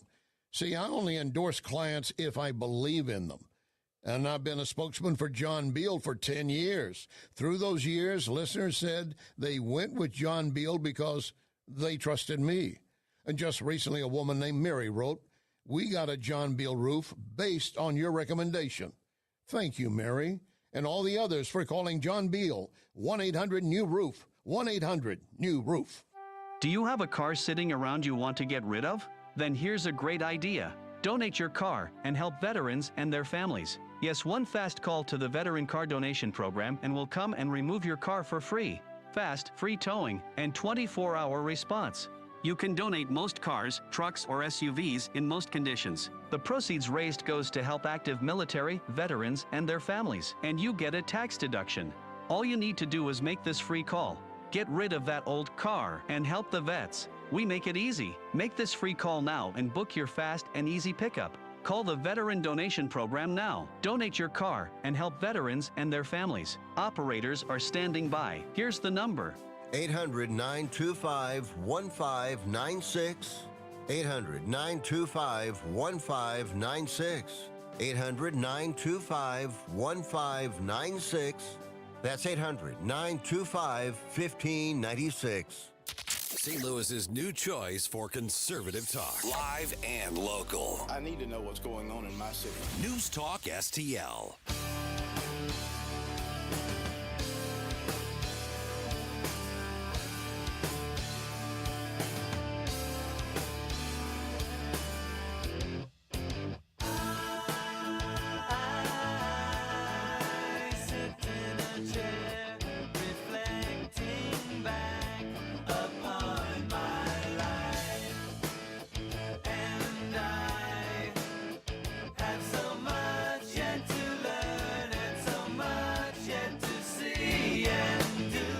Hey, everybody, it's Rob Carter. Join me on Sunday nights as I challenge our politicians. I expose the political press, and I analyze pop culture. It's the Rob Carter Show on Sunday nights from 6 to 8 p.m. Now let's get back to Mike Ferguson in the morning. I still like the best backstop in St. Louis radio or whatever I said for Mike Ferguson. Rob Carter filling in for Mike Ferguson in the morning, joined by Shan and my good friend now, Gabe Pfeiffer. I'm going to keep it light again. Okay. I want to get into some Christmas music. When I was a kid, and I wonder if this still goes on. See, when I was a kid, they used to play albums before you went to bed, and almost every family played some form of Christmas music for the kids right around Christmas time, the week or two leading up. And mine was Johnny Mathis. Do you remember the Johnny Mathis Christmas album? I vaguely remember that. Do you even know who? I have no idea who Johnny Mathis is. Do you even know who Johnny Mathis is? No idea who that man is. No. I do Sounds these. wonderful. I do these things. This was another. Johnny Mathis was fantastic, by the way. Yeah, he was good. But this Tessa Greenspan, she says she gives me all of these things that I need to delve into, and one of them was AI. She said, you got to get this AI app, and she goes, you can ask all kinds of questions to it for your show, and she goes, and you just give you a perspective on things. And I don't know if AI is right. I asked it, I said, what are the top 10 Christmas songs of all time? Because I was very curious. Okay. I thought Johnny Mathis was going to be number one because that's what I listened to all growing up. And I like Johnny Mathis. What am I going to tell you? I'm showing my age, but I like Johnny Mathis Christmas albums. I asked my dad, I said, what do you think the number one Christmas album of all time was, or Christmas song? Mm-hmm. And he says he thought it would be something by Elvis. Oh, I'll have a blue. Remember that one? Christmas Without You. Exactly. Yep. Mm-hmm. So this is what AI says, and then I went to some of the. Hold on. Before you answer, I'm going to guess. Mariah Carey's on the list. That was actually number one in. That's I what think I was gonna guess. Yeah, it was number one in one of the articles that I read. They all had different answers, by the way, Sure, but they're yeah. basically the same songs. Right, just reshuffled, right? You just reshuffled, exactly. But they're all basically the same songs in a different order. But the number one song, according to AI, Christmas song of all time, is "White Christmas" by Bing Crosby. Okay. I don't even know what that sounds like. Yeah, you do. I would. I know. You've I'd heard hear this it. I one. would for sure. But man, that's got to be what, from the 50s? Yeah. It's, Okay. it's the old crooner stuff. I'm dreaming of a white Go. Oh wow. Okay. Christmas. I like it. I think Gabe was actually the original singer of that song. Gabe can do it all. He can't just build rockets. He can sing about them too. Let me give you some of these and tell me if Mariah Carey was number 2. All I Want for Christmas. Of course, that one Iconic. You can't escape it now. You can't. And you know what? What's incredible about that is the fact that she wrote that song. It wasn't given to her by a studio. She wrote that song, and she was young. She was in her early 20s when she wrote that, and it's one of the most iconic Christmas songs of all time. She has made so much money on that song. She is rich off that song. She has made so much. And I don't know if you've seen any of her promotions online. She go crazy. As soon as Halloween's over, immediately She's got the Christmas outfit on and the whole thing. Christmas outfit, promotions out the wazoo. Of it's course, insane. that's her bread and butter, right? Well, there. that's what they say, right? In music, it's not the person who sings the song; it's the person who writes the song. I remember Kid Rock was on; he was Yes. doing an interview, and the person says to Kid Rock, he goes, "Have you been able to save any money?" And he goes, "What are you talking about?" He goes, "I got more money than I could ever spend." He goes, "Really?" He goes, "Because the guy from." Forget the band that Motley Crue. So one of the guys from Motley Crue was in and said, he was low on, he was running out of cash because he just was a singer or a drummer or whatever it was. And Kid Rock goes, no. You write the songs, you make the money. It's all about writing the songs. Yeah. And I Having thought, those credits. so when you say she wrote the song and she's cashing in on it, it makes perfect sense. That's called royalties. Yeah, that's called royalties. And that is a great song. What would we give that? I'd give that high marks, right? That's a 10 out of 10 for me. I love that's it too. That's a 10 out of 10. My problem is when songs get overplayed, I just Bugs you. It starts bugging me. I was like, okay, that was a cool song, but stop. Every 10 minutes, it's like I can't. Guys, you just get some other ones in there. Give me another one. Yeah. All right, That's how I feel about Wham, though. What? Last Christmas. That one should That's number 5. die in a fire. That's number 5. And by the way, no, it's on the list. It's number top? 5. Yeah, Last Christmas by Wham. Come on, no. And somebody sent me, we were in a group text about the show, and somebody said, "Rob, have a Wham Christmas." Oh, no. And then I did a little gif of George Michael, and nobody responded to it. I thought, come on, I got the No, joke. it I was good. responded. Oh, you They saw got it, a right? laugh out of me. I saw See? it. They got a laugh out of me. Yeah. All right, let me give you the rest of these because I think these are all good. Gosh. Have you ever heard of a guy named Bobby Helms? I wonder Bobby if anybody Helms. listening has ever heard of Bobby Helms. No. Jingle Bell Rock. Okay. We know the song. Oh, we know the song. Okay, so he wrote that one. But apparently, Bobby Helms wrote the song. All And then right. this is a funny one because the name, my father used to always, he likes the national anthem. Yeah. Yeah, he's from that generation where the national anthem actually means something. You take off your hat and, I and the love- whole I love thing. it He had too. friends die in World War II and the Vietnam War. So the national anthem means something to him. Mm-hmm. Jose Feliciano wrote Feliz Navidad, but he That's a also sang the national anthem, and he did it like a rock song. Oh, did he? And growing up, there was always commentary about the worst ever performance versions, of the national anthem. Yeah. And my dad said, "Oh, that Jose Feliciano, or when he sang the national, it was just terrible." He And would ruined go it. on and ruined it. Actually, ridiculous. just to bring the younger generation in there, there actually is a competition right now for the worst ever performance of the national anthem. Oh. And I don't know if you saw, but Fergie. Oh. you know who Fergie is, I saw right? Fergie in concert, a private concert in New York. She did a rendition of the national anthem at a basketball game, and it was so I remember. hilarious. It was because terrible. They were zooming in. The cameramen, they're so harsh. They are so harsh. They were zooming in on all the basketball players as they were sitting there And they're trying to laughing. be respectful, and they were laughing. They were like holding it in. Yeah, they're trying the bad. best they could because she was, she slowed it down real slow. Oh, she was trying to do like, something. She was trying to get all, I don't know, classy. She's trying to get Fergalicious with When they it. That's overdo what- it? Fergalicious with it. Yeah, and it was so very Oh bad. my So gosh. very It was terrible. It's really bad when they try to overdo the song. I always That's find the it to other be, thing, too, just yeah. sing They want the to make song. it their own, Yeah. you know? Yeah. And it's like, okay, it's not about you, though. Yeah, exactly. It's like Not about this you. song is just I mean, which is why I think the Whitney Houston rendition is like pretty much everybody's favorite because it's Right. just enough extra without being over the top, and it's bombastic and big. Like Right. America is like, okay, like I'm feeling it right Yes, now. it And builds you up, yes. It was and first of all, that era of music I think is perfect. The 80s and 90s, that period Big fan. is just come on, man. Music was better. Music was better. I think life was better. I think we were coming out of the 60s, the turmoil of the 60s and 70s, and it felt like we had started to figure things out. It's like, hey, guys, I think we're okay.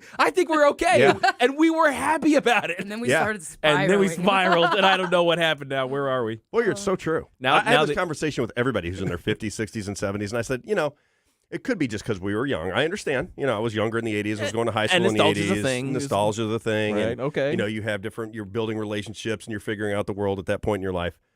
But it just seemed like it was a better time. It seemed like everybody was so more free. Everybody got along better. There was no black cloud over everything like you thought the world was going to end. And it's almost like the media and the government tries to make everybody divided and fighting and thinking of things that are not happy.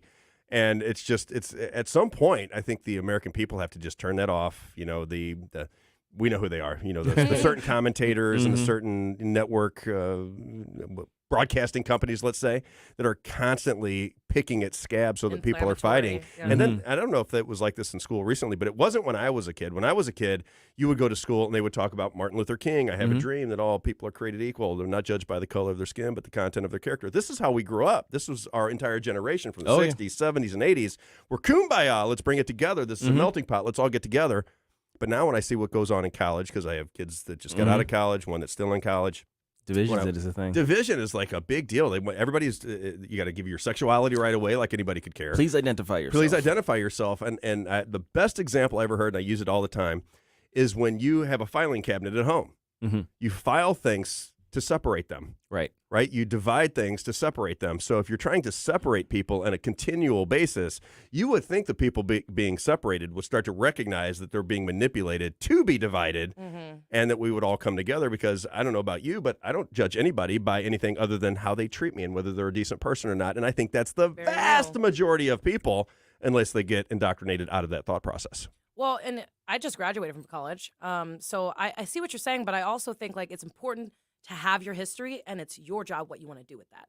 So once you have the information and you have those building blocks and you know what you came from, whatever your people and their people had to do to strive to be better, how people came together, how people were separated, war, whatever else, and you take that and you decide what you want to do with that. And if you want to create the separation that is there, I choose not to do that. I choose to be a person that, hey, we may disagree on some things, but we're both people, and as long as we treat each other with respect, like you were saying, treat each other with respect, then everything should be okay. And that people should be able to live in whatever identity they want. But you can't force that identity on other people or that belief on other people. Right. So regardless, you're going to have your belief, I'm going to have mine. We have our different perceptions. Everybody looks at reality differently, and reality is different for everyone because of that. So you're wise beyond your years. Hey, thank I'm you. impressed. Hey, I appreciate that. And I was going to say earlier, I was born in 98, okay? And we were talking earlier, you were saying 80s and 90s, that's when everything was best. I was born at the end of the 90s, and I agree with you. That was when everything was greater. And I wasn't there, but I can recognize by looking at the history of things how things have snowballed. Yeah. 'Tis the season. Yeah. Things have snowballed and just become so much bigger than we ever thought it would be. And the conversations have become so much more divided. Can I give you an example? Go ahead. So in my job, it's global, right? So when you're selling shoes, the vast majority of shoes are made in China. If you are in the sneaker business, there's a lot of Muslims in the sneaker business, a lot of Jewish people in the business. And what you start to recognize when you're in that business is they get along just great. There's never any issues. Because they're just doing business. They're just doing business, and they got to do business with one another. But I remember I was in California, and this was when, and there's always something going on with Iran. In fact, the guy that just owned the business that I was in, billionaire out of Los Angeles, he was kicked out of Iran in 1980. So he was Jewish in Iran. He said that his family, they were the second largest landowners in Iran at the time. He said when the revolution took place, the government came, knocked on his family's door and said, you have 2 weeks. Jews can no longer own land in Iran, and you have 2 weeks to get out of the country. Right. And they did. He went to Europe, and then he ended up in the United States. He has no ill will toward Muslims. He has ill will toward the government that represents that society. And when I watch what goes, and by the way, I was telling this story. I was in California, and this business that I was working with, they were Iranian. and they took me to lunch and tried to explain to me that the Iranian people, what we perceive and I didn't say anything. This was just her wanting to get this off her chest. Mm-hmm. Her and her husband could not have been nicer. They were so wonderful to me and were for years when I did business with them. She said, it is not what you perceive it to be. It's just not. She goes, the Americans have a perception that is built out of their television sets. It is not the way Iranians think. This is our government has their government in Iran basically has control of their citizens. That's not what their citizens are down with. Sure, it's just that they're trapped, which is oftentimes you get smeared with that stench of your government doing things that are not right, and then everybody that is underneath that government gets smeared with that label. Hey, that process. The way they're treating Americans now, it sounds familiar. Doesn't it? Yeah. Wait, I wasn't even around when.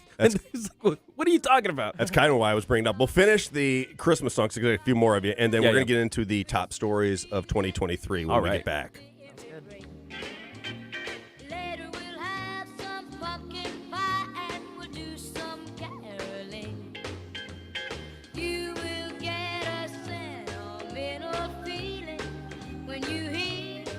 Get up, St. Louis. It's Mike Ferguson in the morning.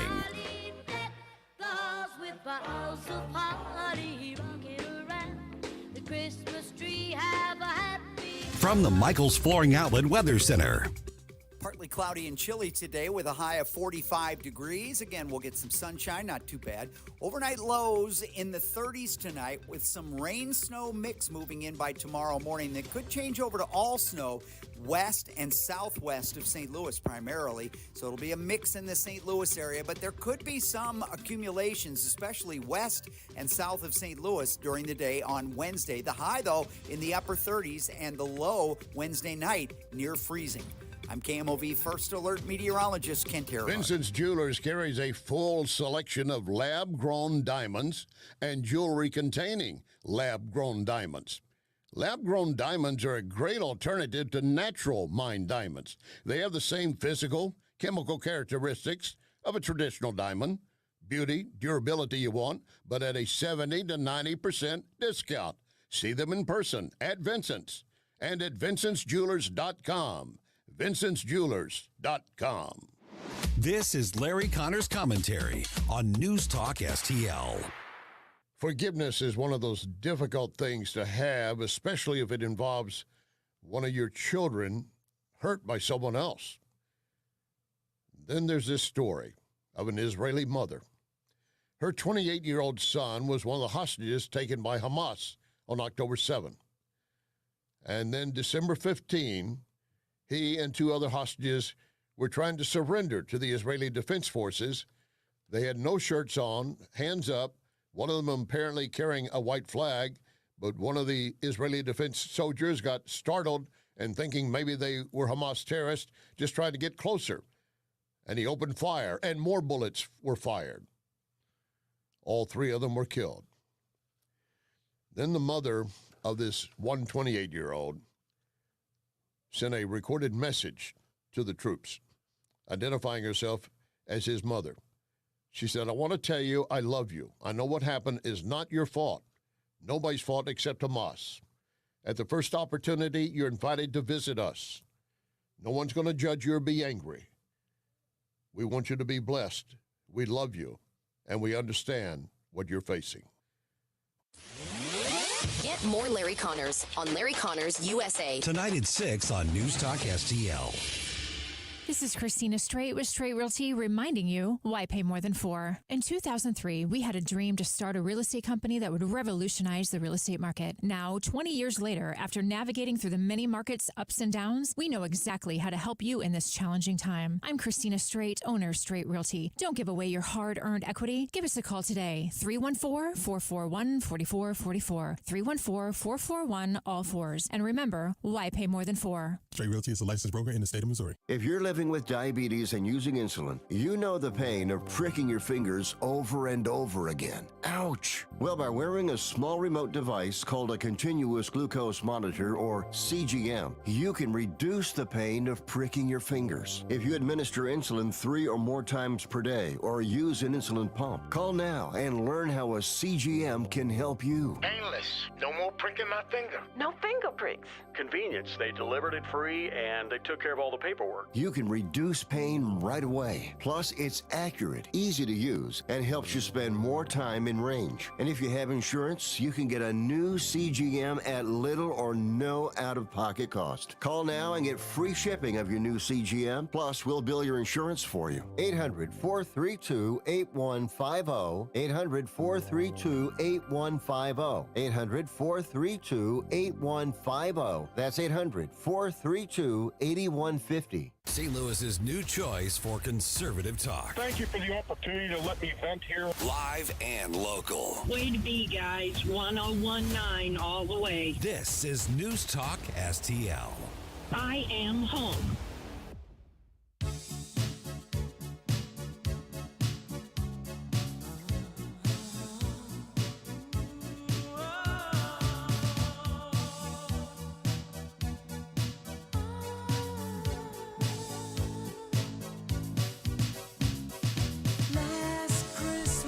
Go, Gabe. But the very next day, you gave it away. Yeah, I hate this song so much. I hate it. I hate it so much. I don't understand why I have such a visceral reaction to this song. No, Because you heard it 9 million times. Your forehead's popping right now. I can see it. Like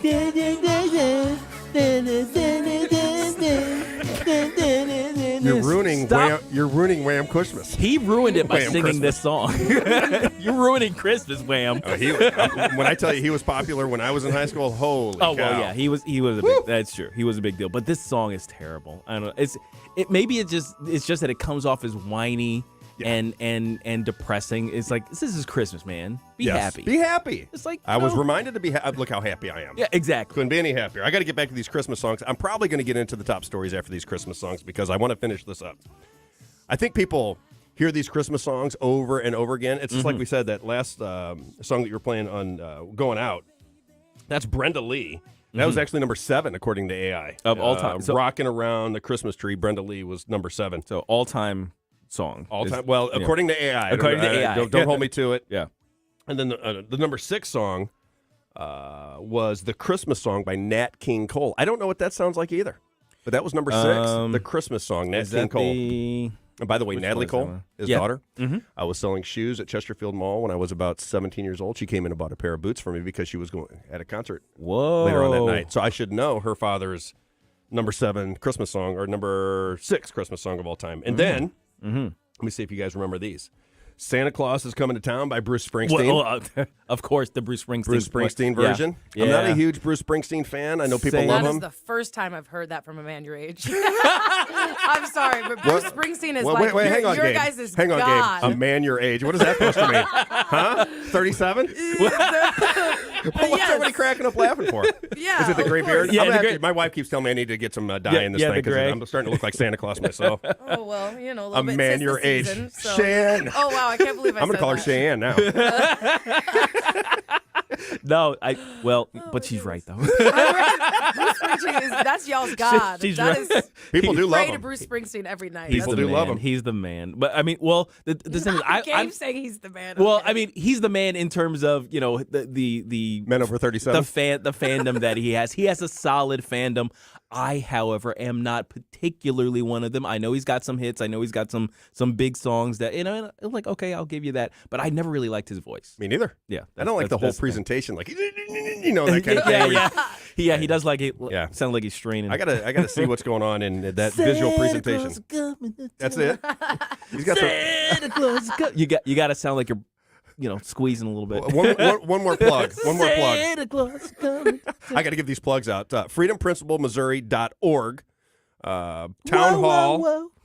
When is that town hall? It is on January the 12th. And then the other plug, if you need a rocket fixed, Gabe Pfeiffer, just give him a call here at News Talk STL. And then I got a bone to pick before I get into any more Christmas songs. Mm-hmm. So I was told in the break that you guys got tumblers from Jeff Allen for Christmas. Yeah. Well, that's not going to work. I didn't get a tumbler. Oh, boy. I'm putting in the effort. Started something. I was up at 4:30 in the morning. I usually don't go to bed till 4:30 in the morning. So being up at 4:30 in the morning to do a morning show, no tumbler for Rob? That can't be the case, can it? That's not going to work. There has to be one back there wrapped up as a present, right? I mean, surely you guys didn't get tumblers and me not one. Oh boy! Who's gonna tell him? I heard it was engraved.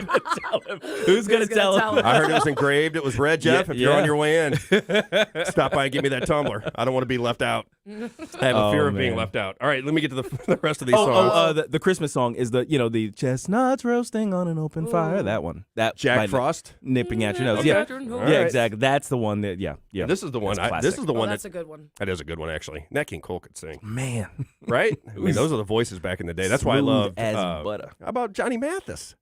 Yeah, Johnny Mathis. Johnny Mathis was solid. Come on now. And by the way, I lived in O'Fallon, Missouri. I can remember it like it was yesterday. So when my parents went to bed, they would have been in their 20s when I was a little boy. Little tyke. And they would put on the Johnny Mathis album. And that's how we went to bed for probably 2 weeks going into Christmas. So every time I hear it, I have that memory of when I really, really enjoyed Christmas when I was a kid because I was opening gifts. That's the power of music, really. It's the power of music. It opens nostalgia, memories, and everything. That's exactly right. It's beautiful. Music is so tied to memory. Most people have no idea. Oh, but gosh. Like songs, when you brought up George Michael, as soon as I think of George Michael, I can remember driving in my car with the George Michael on, with the windows down, hoping the girls would hear me listening to George Michael because they liked it And when they I think was I'm- about 16 years old. think you're cool. Oh, yeah. Yeah. Of course. It wasn't. But Hey, baby. I thought I was. Nerding out. Totally nerding out. But, it's The Most Wonderful Time of Year by Andy Williams. Is Andy on Williams that list. version that's a solid one. Yep. Mm-hmm. And then the last one is Let It Snow by Dean Martin. Okay. Those were the, That's a good one. Those were the 10 that were listed. So Yep. I think I remember all of them, but still my favorite by far. If you have not heard the Johnny Mathis Christmas album, I suggest everybody go out right now and have that for next year, 2024, the Johnny Mathis album. Now, when we get into the next hour, I got to go through some of these top stories of the year because I have made fun of all of them. I do. I make fun of these stories. All right. I love the way the media hypes a story. Okay. And they get everybody excited about it. And then you go onto social media and all your friends are talking about the exact same story, which is further indication that people can be manipulated through propaganda and repetition. And it scares me how easy it is if you're not aware that it's happening to you. They can begin these stories and they just drive them home day after. It's like COVID. It was on TV every single minute. All the radio stations were talking about it. All the colleges were talking about it. All the families were talking about it. All the corporations were changing their structures to accommodate COVID. And nurses dancing. Right. The nurses did. In empty hospitals when everything was supposed to be, they were Overwhelmed. supposed to be full. And I look at these top stories of the year, and I can't wait to get into some of these because I thought they were quite hilarious. And I'm going to start with the Chinese spy balloons. How much time do we have left? Yeah, 30 seconds. You got 30 seconds. So we'll get into the Chinese spy balloons when we get back. We have the train derailment in East Palatine. I want to talk about that a little bit. You have the Lahaina in Hawaii. That story just went away. Yeah, that was one of the most devastating stories in American history, and it's completely gone. Poof. We're going to talk about those things when we get back.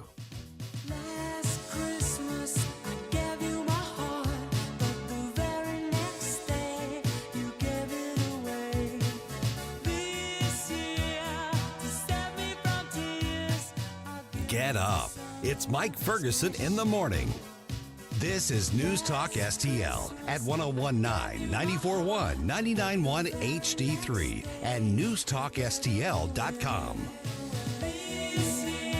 Free speech is alive and well in America. Thanks for taking my call. Right here. My point about the governor there, it is absolutely about power. I read this, I almost fell out of my chair. News Talk STL. This thing is just absolutely dripping with iron. News, analysis, opinion. News Talk STL is proud to have Doug Voss of Safe Money Radio as part of our lineup each week. Doug has been a staple on St. Louis radio for many years as one of the leading financial experts in the area. Doug and Safe Money Radio is on 3 times every weekend, but in case you miss anything, you can check it all out at DougVossSafeMoneyRadio.com or call 844-676-SAFE. That's 844-676-7233. Doug Voss is a registered representative. Securities offered through DHL Securities, LLLP. Member FINRA and SIPC.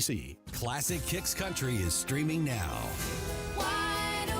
Hear all your new country favorites from the 90s. I should have been a cowboy. Streaming as it happened in the 90s. Classic Kicks. Let's go, girls. Download the Classic Kicks app from the App Store. Online at ClassicKicks.com. Or enable the Classic Kicks skill on Alexa. I love this station. 90s new country streaming now. Welcome home to St. Louis's new choice For conservative talk. They always have great conversations. news, analysis, and opinion.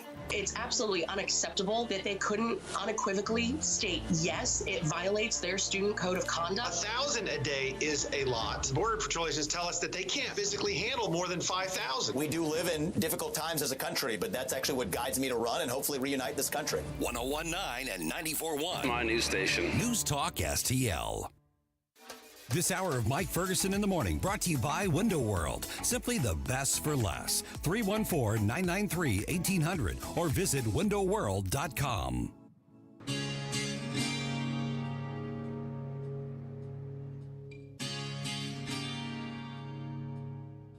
Hey everyone, this is State Senator Nick Schroer. I am the host of Stand and Fight every Sunday night. Tune in to us at 8 p.m. Right now, let's hear more of Mike Ferguson in the Morning Show here on News Talk STL. All right, everybody, welcome back. My name is Rob Carter, filling in for the fabulous Mike Ferguson in the morning. Got Shane right across from me. And Gabe Pfeiffer, the rocket scientist, off to my right. So, since you are a rocket scientist, and Yes. I've had several rocket scientist friends, you're just another. Yeah, all right, cool. Another in the long line of my of rocket course. scientist That's fine. friends. I hang out with some really cool people. Yeah, it sounds like exciting life. I got to start with some of these stories that happened in 2023 because I find them humorous. Let me start with the Chinese spy balloons. I'll give you my take on it. Right in my wheelhouse. When Chinese spy balloons happened, again, I think most of the narratives that they beat to death are a little bit silly. Chinese spy balloons, first of all, how do we know when the government lies, at least in my opinion, lies routinely to us? Mm-hmm. How do we know that it's a Chinese spy balloon? How do we know that they are surveilling the mainland of America? And why wouldn't they use satellites and all the other kinds of technology? Why would they fly a balloon that everybody can see across the U.S. if they're actually trying to spy? And you may know the answer to that. I'm curious what you have to say. Balloons are actually low observable, especially if they're high altitude balloons. There's difficult to see. I mean, if you let go of a one of the little helium balloons, it pretty much disappears into the sky, not very far Right. up. So you can actually have a pretty sizable structure, lighter in their aircraft, that can fly overhead, and you won't really notice. I mean, it'll be up there. It'll look like a dot the size of what a large airplane at an even higher altitude would look like. So you just like, oh, it's just another silver thing in the sky. No big deal. You wouldn't recognize it. You wouldn't recognize it for what it is. It's just a dot. It's going to be a dot in the sky. But the other thing, too, is that satellites have predictable flight paths. So if you put a satellite up in the sky and somebody notices that the satellite is there, you know where that satellite is going to be 24 hours a day, 7 days a week. Because it has to fly that pattern in order to stay up there. But a balloon doesn't have any... A balloon can... It floats. It's an aircraft. So you can command it to make course corrections, which is what they did. So they managed to get this thing over. Basically, they hit pretty much every single major military installation in the middle of our country before heading out to sea. Right. It started in the Seattle, Washington State area, traveled across the country, and then into the North Carolina area, right? And then south, and then it veered south across. I mean, and its flight path took it within observable distance of a lot of very important military installations. And then I was going to ask you this too. So if this balloon is floating across the mainland. Mm-hmm. Everybody knows about it because every channel is covering the flight of the balloon. Once we saw it, you could track it, yeah. And then they let it go through the entire country sure where there's did. farmland everywhere that you could shoot this thing down right over farmland. They let it go through the entire country and then shoot it down over the ocean outside of the Atlantic Ocean in North Carolina. They let it happen. Why do you think that is? What do you think's going on there? I don't think... I'll say it this way. I don't think the current administration has the best interests of our country in mind. I agree with you 100%. Now we're talking the same language. With anything. So and I'm not even a rocket scientist. So the thing... You don't have to be a rocket scientist to know that. Exactly. But the thing is, it's like, once we saw it, it's like, okay, that's an easy shoot. You can predict within several miles of accuracy that where it's going to fall, and there's plenty of empty space.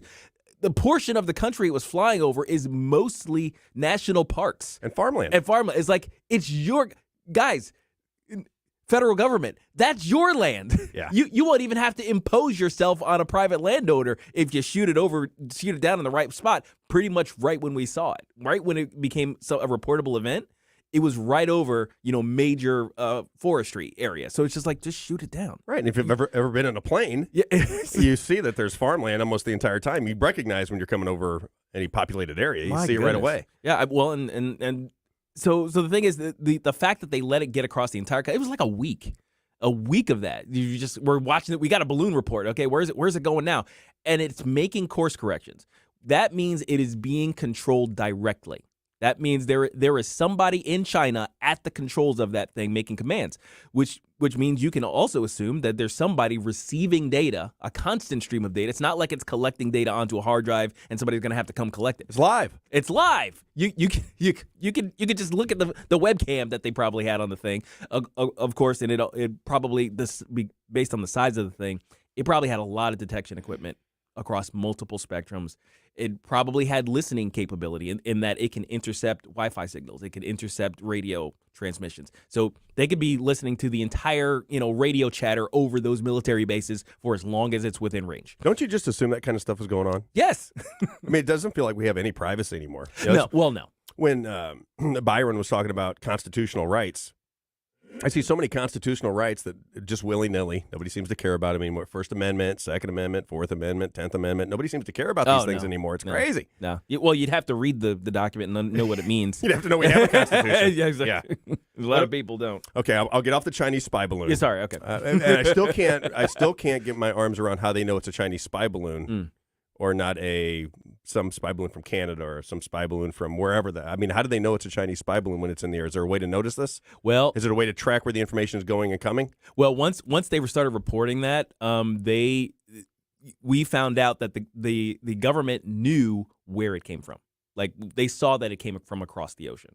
So now there's an assumption that it's Chinese, but that's a pretty safe assumption considering the flight path that it must have taken based on where they intercepted the signal. So the thing is, they could have shot this down over the Pacific, and they didn't. Right. So it was even worse. They let it do its job. They and then let they it shoot do it its down. job. Yeah. Because when you shoot it down, you don't lose the information. The information was being transcribed. Live. Yeah, they got it. They got the whole thing. Very interesting. All right, now East Palestine, Ohio. That was a big story that was in the news when the railroad went off and they had all the contamination of the water and all the land in East Palestine. It was like 3 days that we got reporting on that. It feels like. Yeah, it was like overwhelming for a short amount of time. And like the spy balloon, it just disappears. These are major, major stories that just seem to have a little bit of shelf life, and then the narrative switches to the next catastrophe. What was your take on that? Did you think that they covered that properly? Do you think the United States government is going in to help these people? Because if your water's contaminated, that's not going to be a very good thing. And when the story goes dead, I don't know what the government does anymore. Do they take care of business? I don't know. Well, the thing is, generally speaking, what the Fifth Estate is supposed to do, the press, right?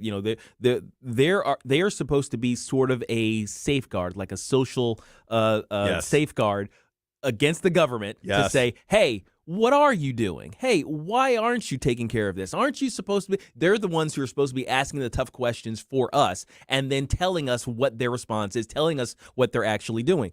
And what we end up getting, because of maybe it's just the way the structure of news is now, where it's all about clicks and views, where it's just like, okay, this story isn't salacious enough, so we're going to get off it, as opposed to what they should be doing is, okay, here's the government response or the government non-response. We're going to continue to investigate the story to see why, and how, answer all of the journalistic questions. Basic journalism, basically. It feels like it's too much to ask these days. Yeah. We got the coverage of the story that it happened, that it's terrible. We got a little bit about the chemicals, the contamination, and then it disappeared. There were some brief questions about, hey, Joe Biden, are you ever going to visit East Palestine? And he goes, yeah, I'll get there. And then he goes on vacation. I always assumed everything was going to be fine when Pete Buttigieg showed up on the scene. Oh, yeah, Petey. Pete got to the scene and everything's going to be just fine. Yeah, Mayor Pete had taken care of it. That was a story that, I used to travel that territory. Well, I traveled the whole country for years in the shoe business. That is not a very wealthy area. And I don't think that the government is held accountable, because I don't think the press, the national press, even the local press in a lot of places, do their job. The job of the press is to hold power accountable, the political press anyway. They're supposed to be adversarial. And they do not seem adversarial. They seem like they're in bed with way too often for me. Everybody stick around. We got a bunch of stories to talk about from the year 2023. Let's see if you remember. We'll be right back.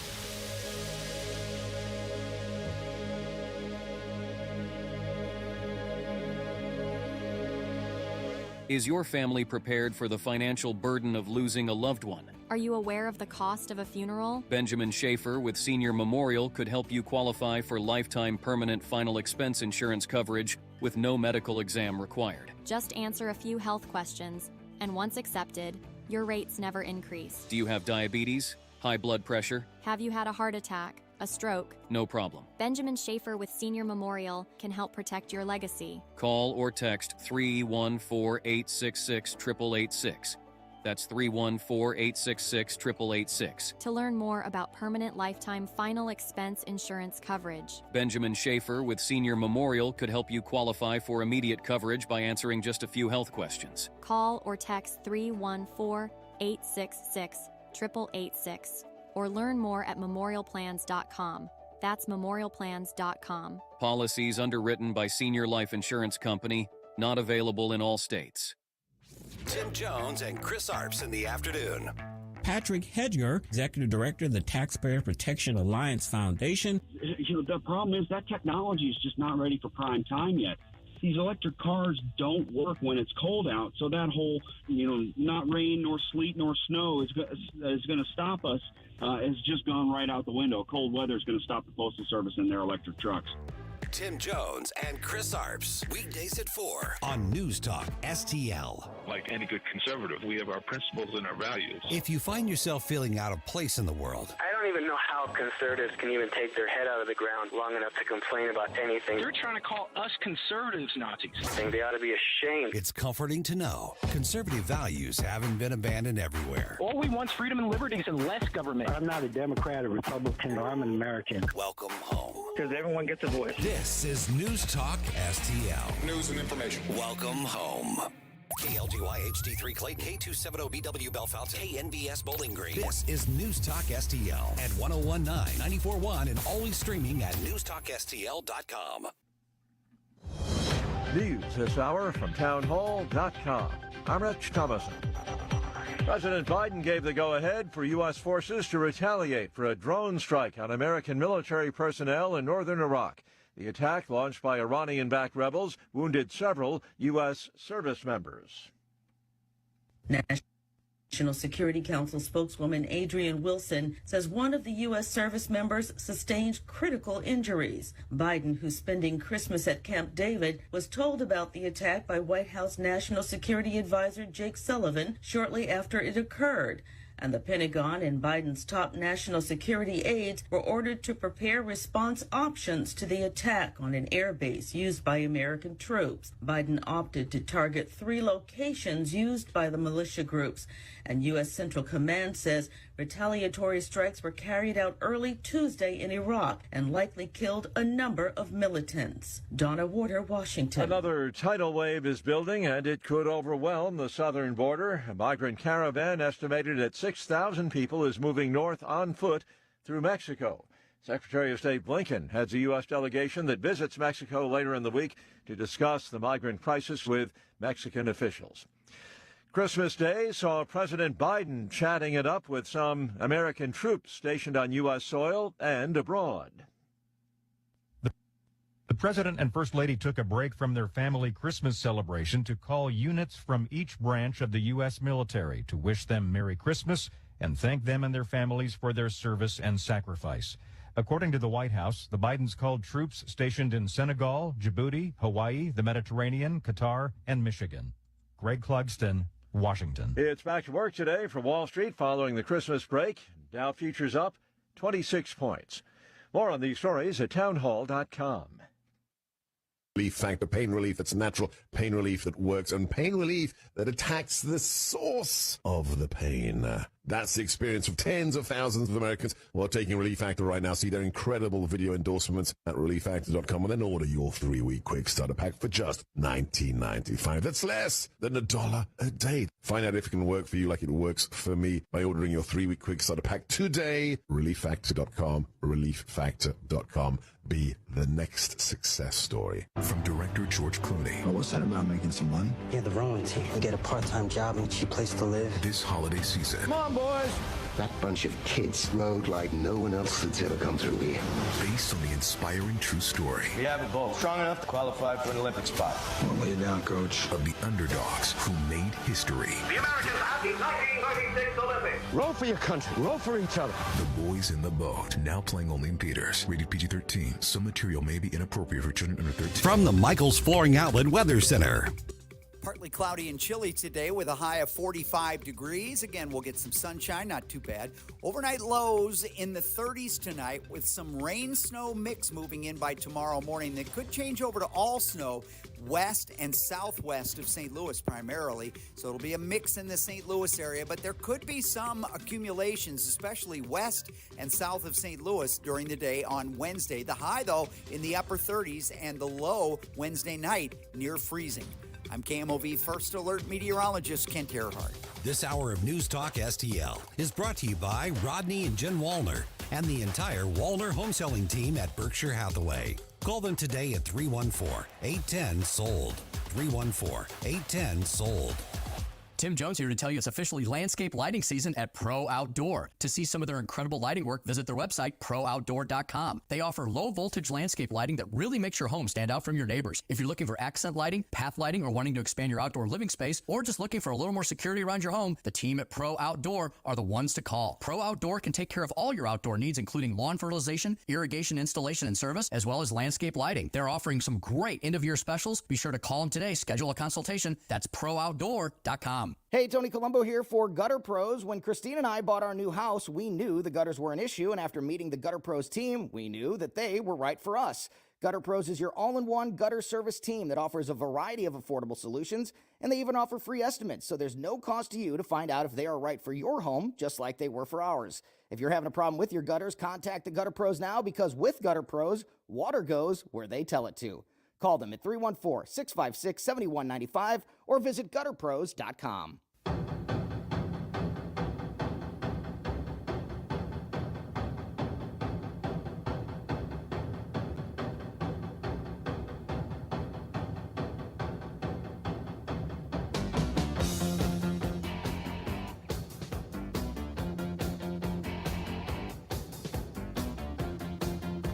Hey, this is Larry Connors. Make sure you're listening later today at 6 o'clock on News Talk STL for my show, Larry Connors USA.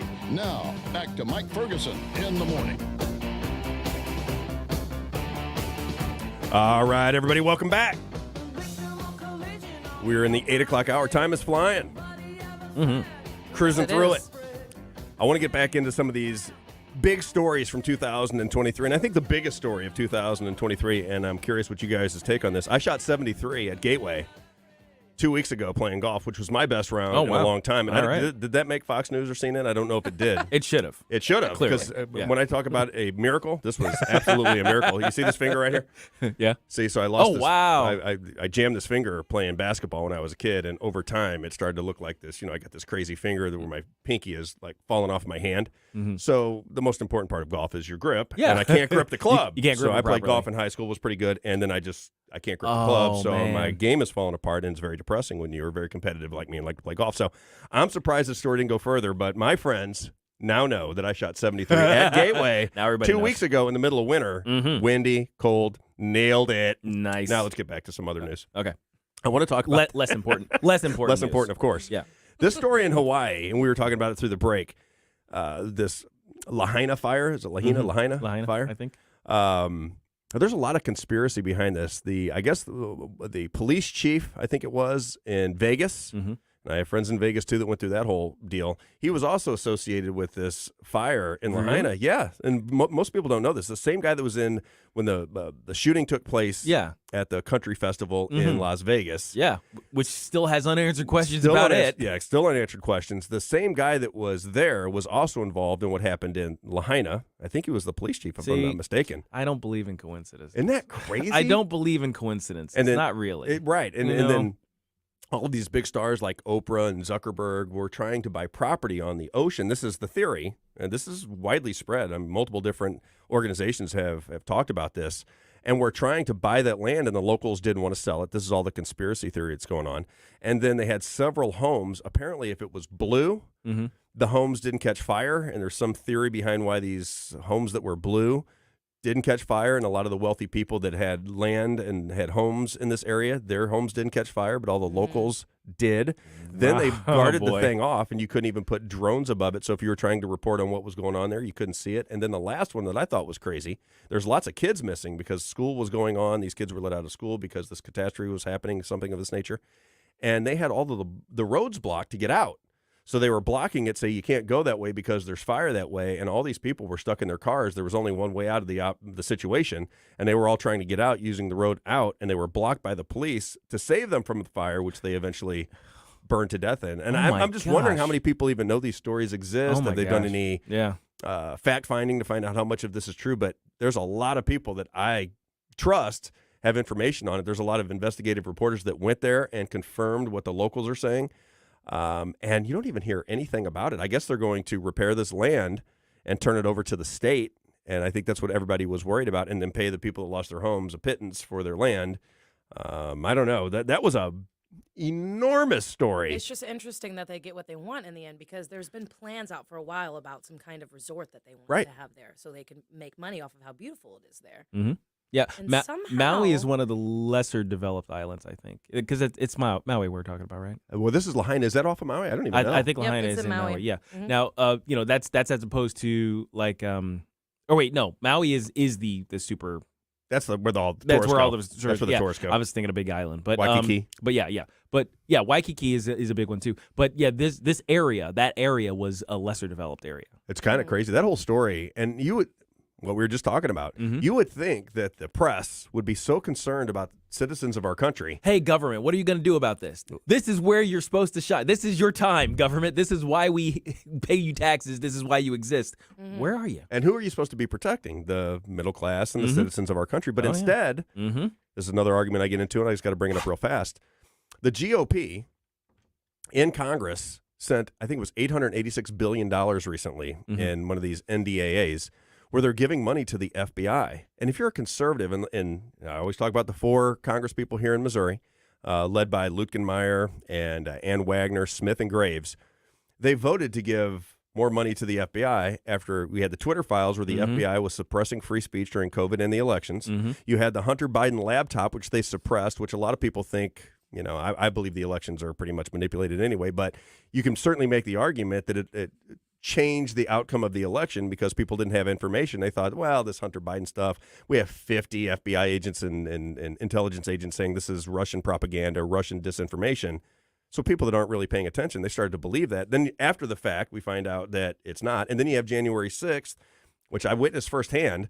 That was a setup. And everybody's starting to recognize now that it was set up. There's Clay Higgins, who's the congressman from Louisiana, who's now going on all of these alternative media sites. He was just on with Laura Logan explaining what he saw, and he says that these buses pulled up. This is all FBI stuff, which I'm getting at. Why are we paying for the FBI another $886 billion when we have citizens that had their houses burned to the ground and there seems to be no help? They want to give them $700, I think, is what Joe Biden said. We'll give them $700. Everything will be fine. We burn your entire city to the ground. We'll give you $700. Everything will be great. I vaguely remember that remark. Yeah, it was. Now, conceivably, it was supposed to be just for the month to get them through, right? But that's all they're getting. It was the story ended. Yeah, and that's where the story ended. We didn't hear any. We still don't have any information about it, except for, and I just recently saw a story about this, that they're trying to get back open for business to accept tourism again because the local economy is pretty dependent on it. Yes. So I heard about that, but I haven't heard anything about the just regular citizens out there who are getting screwed over by a government that's not going to help them,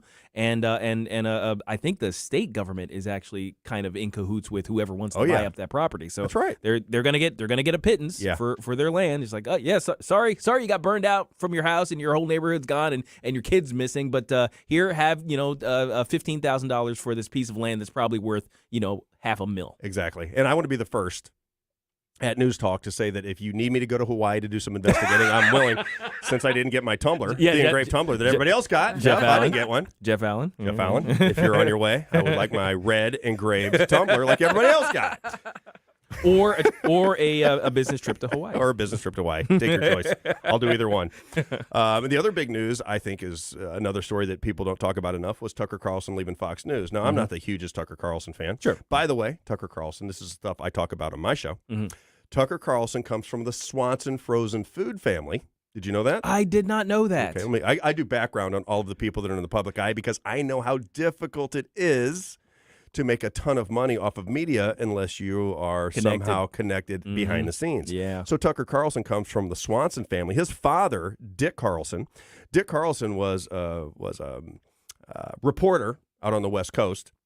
His claim to fame, Dick Carlson, was a transgender tennis player that was playing in San Diego and winning tournaments as a woman, but was biologically a male.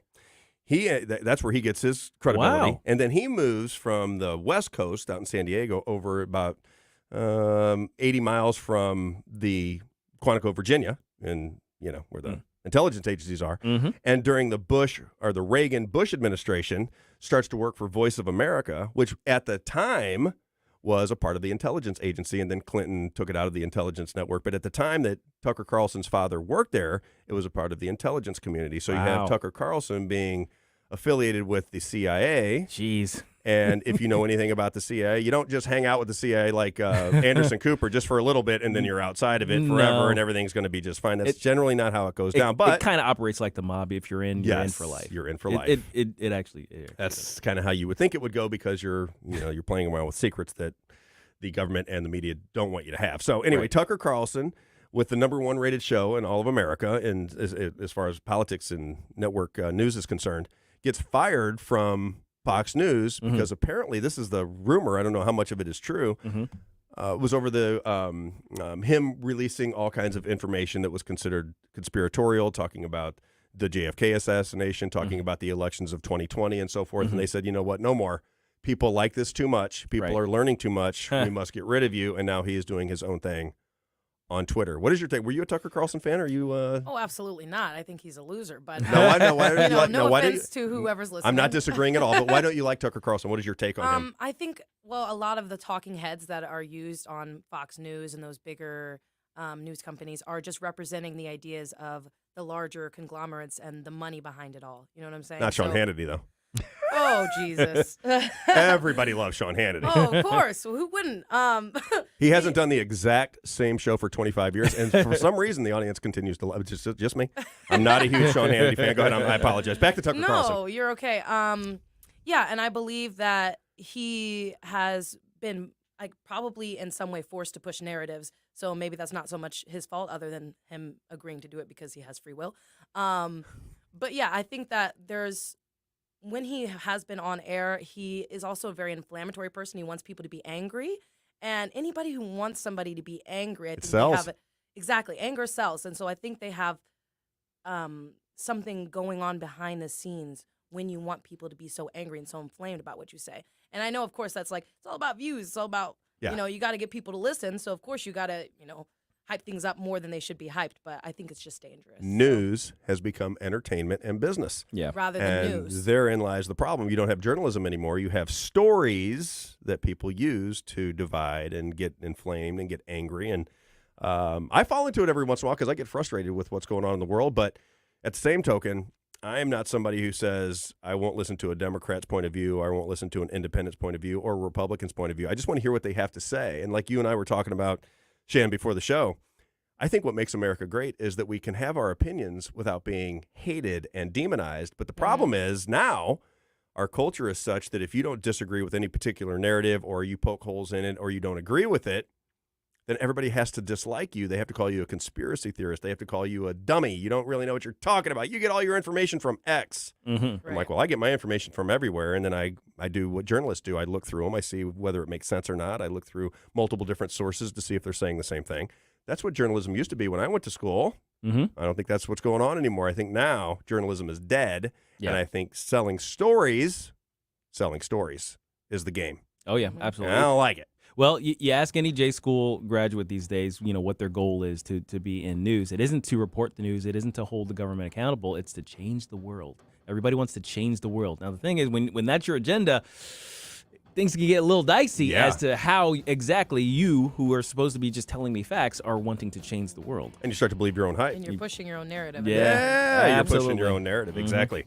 All right, I got more for you when we get back. I want to talk about where I came from and how I got here. In the 8 o'clock hour, I'm just going to tell you about the Rob Carter Show, because I have to, every Sunday from 6 to 8 on News Talk STL.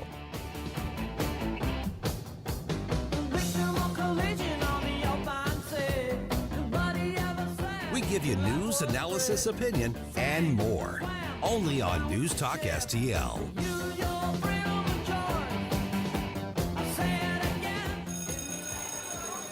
Kids don't always like to get school report cards, but they are important and helpful. They document subjects where they're strong and others where they need to show some improvement. Ever wonder why you don't get a report on how your child's school compares to others? At the Show Me Institute, we think you should, and that's why we've started the Missouri School Rankings Project. Click on the website moschoolrankings.org, and it's all there. Rankings and letter grades for all the schools in Missouri. The rankings are based on several categories, such as student performance in English, language arts, and math, ACT scores, and graduation rates. Then we take the rankings and come up with a grade point average, just like your child has. Each school and district will have a grade, and the website is easy to use. Don't you want to know how your child's school stacks up? Now you can. Learn more at showmeinstitute.org. The Show Me Minute has been brought to you by Show Me Institute and Show Me Opportunity. It's been a very busy year for Wellington Environmental. Tom and his staff had traveled all over making sure that minor issues don't become major disasters.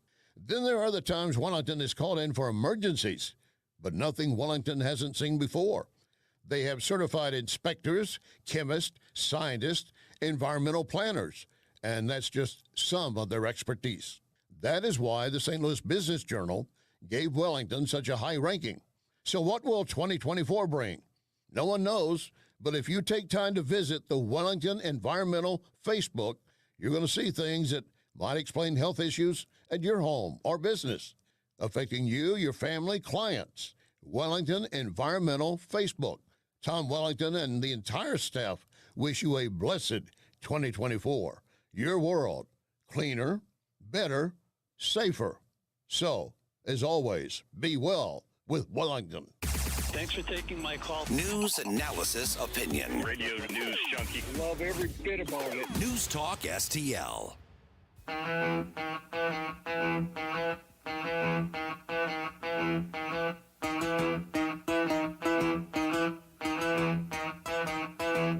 Like us on Facebook at News Talk STL. Watch us on our live stream using Rumble, Facebook, and Twitter.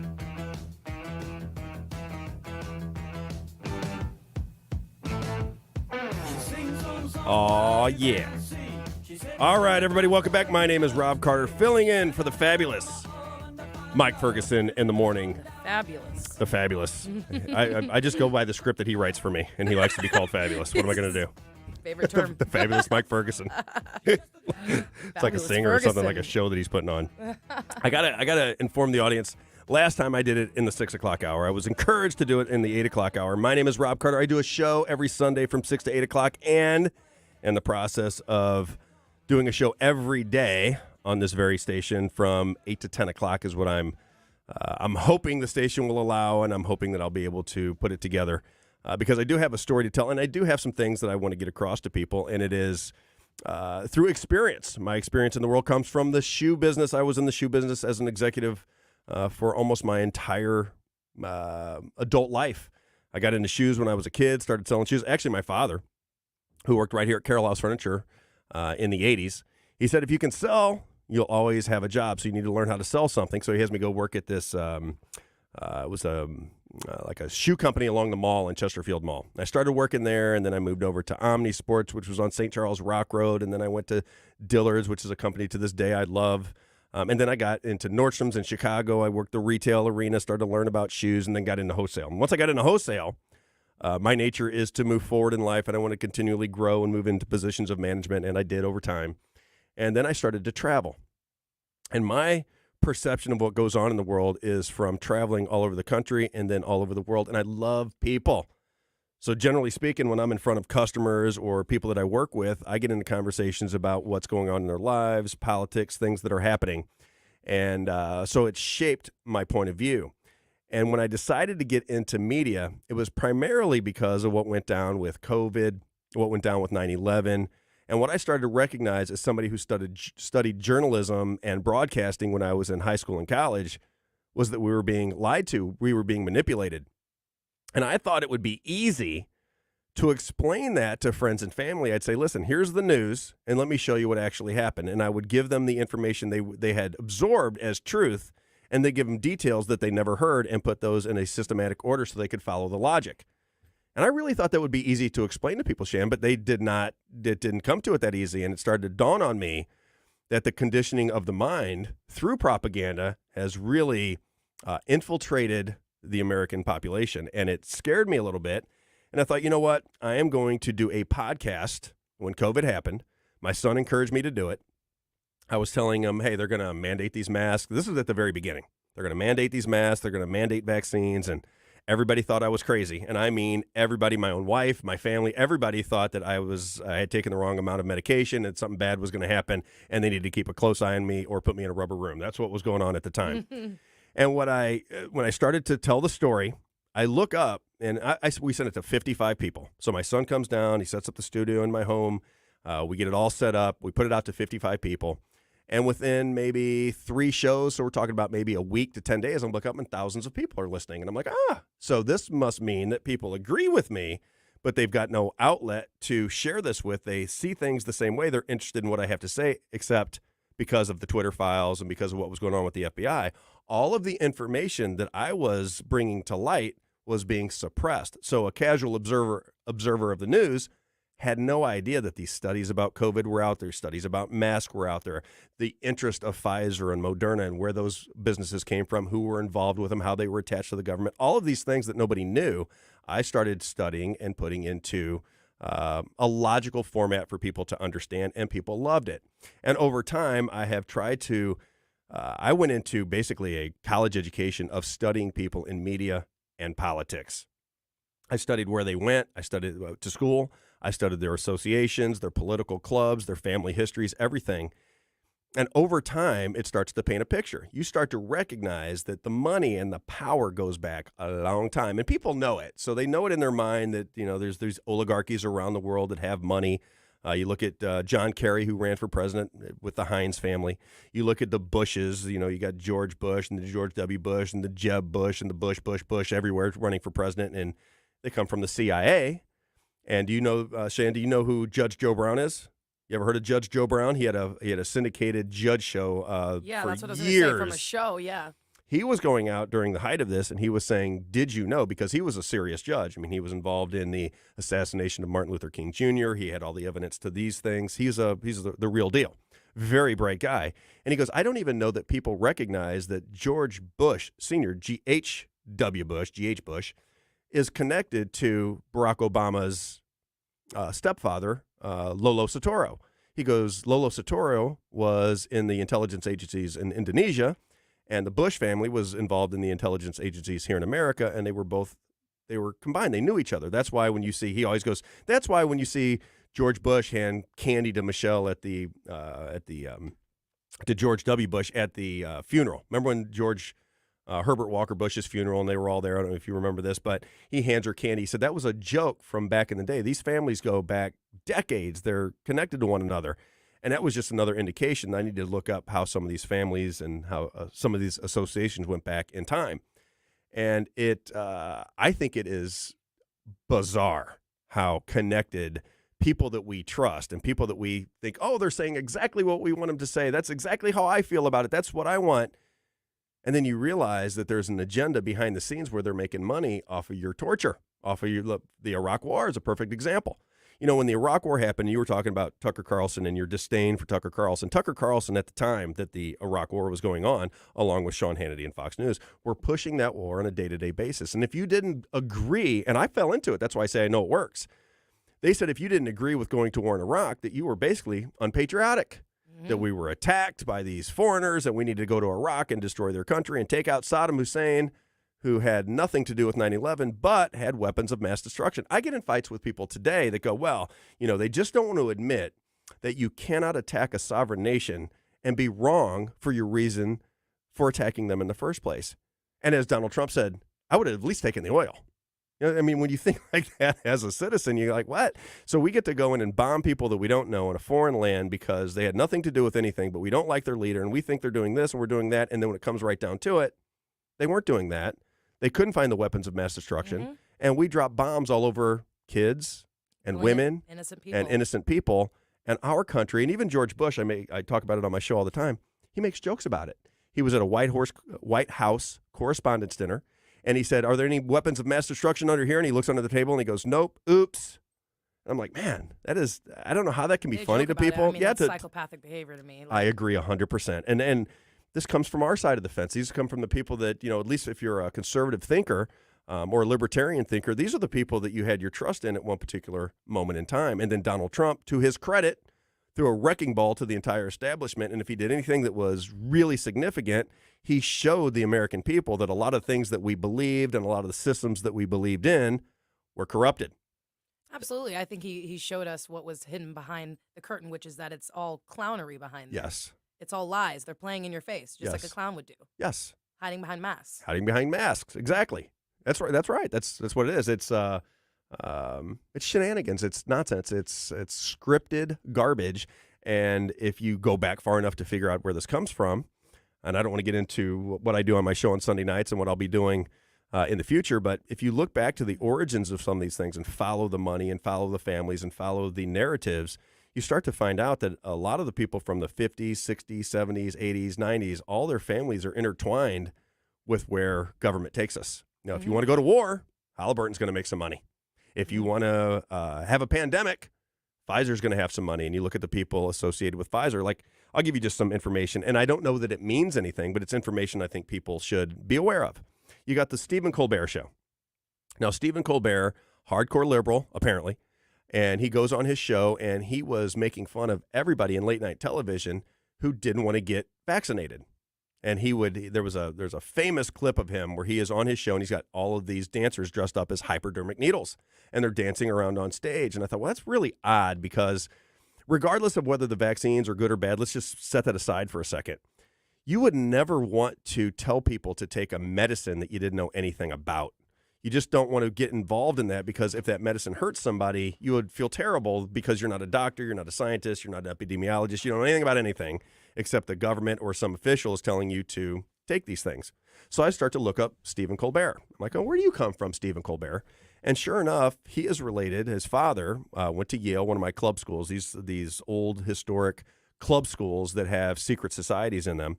And his father was an immunologist at Yale. And I'm like, I don't know what that means. I haven't looked any deeper than that, but I think it's odd that Stephen Colbert is on late night television.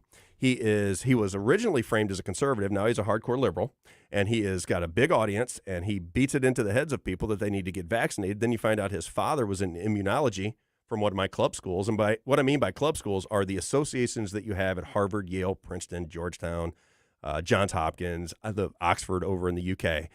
You can find 6 or 7 schools that are tied to everything. And I just think that those questions should be asked. I don't understand why the media can't ask those questions or you're some kind of goon or you're some kind of conspiracy theorist. I thought that's what the press, as we said many times before, that's what we're supposed to do. The press is not supposed to be afraid to ask these questions. And the only person that I remember asking those questions was Tim Russert. Do you remember Tim Russert from Meet the Press? I do, yeah. So Tim Russert, when John Kerry was running against George Bush in 2004, he had them both on his show, and he said, are you guys associated with Skull and Bones? You know, what is the story behind it? And both of them did not answer the question very well. John Kerry said, it's so secret, I can't talk about it, and kind of got all nervous. And George Bush kind of fumbled around with it. And then he died, Tim Russert, a few years later, died of a heart attack, and that was the end of it. But I just don't understand. And what my show delves into is, why aren't these questions being asked of people in power? Why are we so afraid as a nation to find out reality, to find out where these people are coming from, find out where their money's coming from, find out whether they're giving you news with an agenda that isn't necessarily your agenda, but an agenda that makes them and their network, not their network, television network, but their network of friends and associations, a ton of money? I think those are things that we should ask. I think those are things that we are obligated to ask in the press. And those are the things that I want to bring to light when I do my show on a daily basis. I just don't know if listeners can hang with it. I say all the time, I'll give you a headache after 2 hours because I've been studying this for so long. You can bring up any name in the news, and I can pretty much tell you where they went to school. I can tell you what associations they were in. I can tell you how their career started. I can tell you who their best friends are, who their wives are, who their husbands are. All of it. You're better than the FBI, man. I am the FBI. I am the FBI. Some lack of corruption, I hope. Yeah, exactly. Minus the corruption. Exactly. And the targeting of Catholic schools. We are going to get into a little bit more of that conversation. We'll be right back.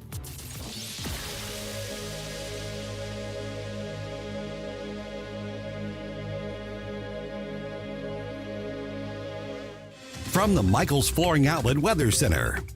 Partly cloudy and chilly today with a high of 45 degrees. Again, we'll get some sunshine, not too bad. Overnight lows in the 30s tonight with some rain-snow mix moving in by tomorrow morning that could change over to all snow west and southwest of St. Louis primarily. So it'll be a mix in the St. Louis area, but there could be some accumulations, especially west and south of St. Louis during the day on Wednesday. The high, though, in the upper 30s and the low Wednesday night near freezing.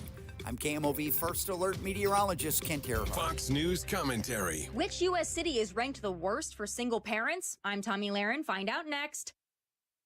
Paid actor portrayal. Life can be so unpredictable. After losing my dad, it made me think about my family if something were to happen to me. I had heard about life insurance through Ethos and how easy it was to get coverage. They were right. In 10 minutes, I was covered. And boom, family protected. Ethos fast and easy online term life insurance up to $2 million in coverage with no medical exam. Some policies as low as $1 a day. Answer a few health questions and get your free quote at checkethos.com. That's checkethos.com. Not easy being a parent in 2023 in Biden's economy, let alone a single parent. But which U.S. city is the worst? New Homes Made, a marketplace for new construction homes, analyzed factors such as housing prices, the cost of raising a kid, and the percentage of unmarried adults to rank which major U.S. cities were the best and worst places to raise kids as a single parent. Hold your shock and awe when I tell you the worst. Los Angeles, California. Coming in second, third, and fourth, Bakersfield, Long Beach, and San Jose. Yep, all in California. What a coincidence. Housing prices are too high, median income is too low, making these cities very cost prohibitive for parents, especially single parents. But it's not just that. There's also crime, rampant drug use, and the gender ideology obsession that makes California super unappealing for parents looking to give their little ones a safe and normal upbringing. Moral of the story, get to a red state. I'm Tommy Lahren. Investment advisory services offered through OWLFI LLC, a SEC registered investment advisor. Insurance and education services offered through Serenity Wealth Management. Are you or someone you know providing or managing care for a loved one today? Did you know there could be more cost-efficient solutions for funding long-term care, even those currently living in a skilled care facility today? Financial strategist and long-term care specialist Chris Cooper of Serenity Wealth Management can show you tax-efficient strategies available to help your family manage care concerns, whether planning for the future or managing care for a loved one today. Solutions exist to provide the financial peace of mind you deserve. Hi, I'm Chris Cooper, and I'd love to send you a free copy of my new book, A CPA's Guide to Tax-Free Strategies for Long-Term Care. You'll learn about strategies to empower you and your family, protect your savings, and make sure your loved ones get the quality of care they deserve. Request your free copy of Chris's book by visiting SerenityLTC.com. That's SerenityLTC.com. Hello, my name's Chad Clayman with ClaymanGroup.com, KLAMEN Group.com. We're local and family owned. We buy houses in as-is condition direct from the seller.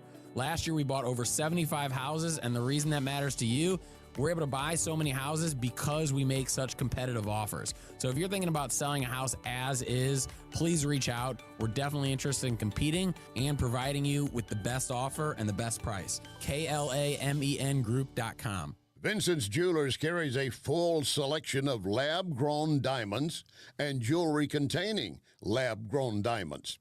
Lab-grown diamonds are a great alternative to natural mined diamonds. They have the same physical, chemical characteristics of a traditional diamond, beauty, durability you want, but at a 70 to 90% discount. See them in person at Vincent's and at VincentsJewelers.com. VincentsJewelers.com. If you find yourself feeling out of place in the world, it's comforting to know conservative values haven't been abandoned everywhere. Thanks for being my voice in all this. This is News Talk STL. There are people out there that feel the way that I feel and say what I say. Welcome home.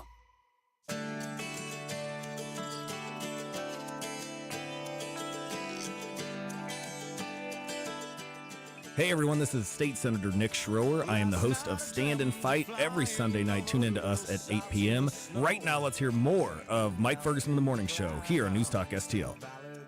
All right, everybody, welcome back. If you're looking for Mike Ferguson in the morning, you will be sadly disappointed. My name is Rob Carter, filling in for the fabulous Mike Ferguson in the morning.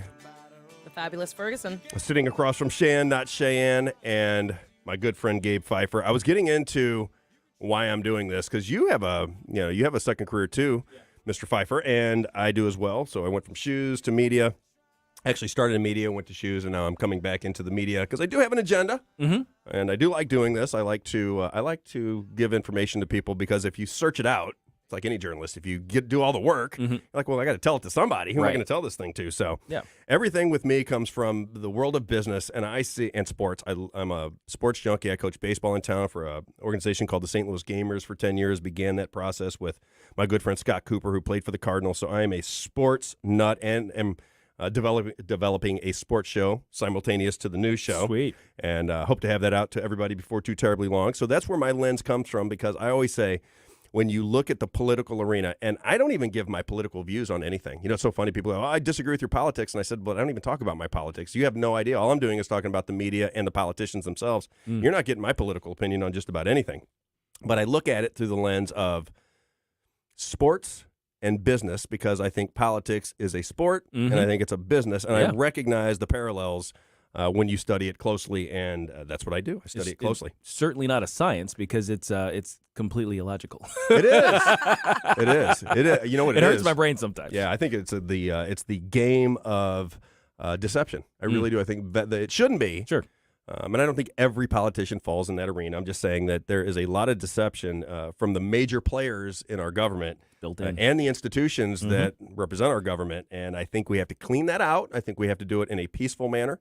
I don't think people should be arming themselves to go at one another. I think we should be talking this through. And I think the key to everything is, this Freedom Principle, Missouri, Byron Keelan. What he's talking about is what I talk about on my show.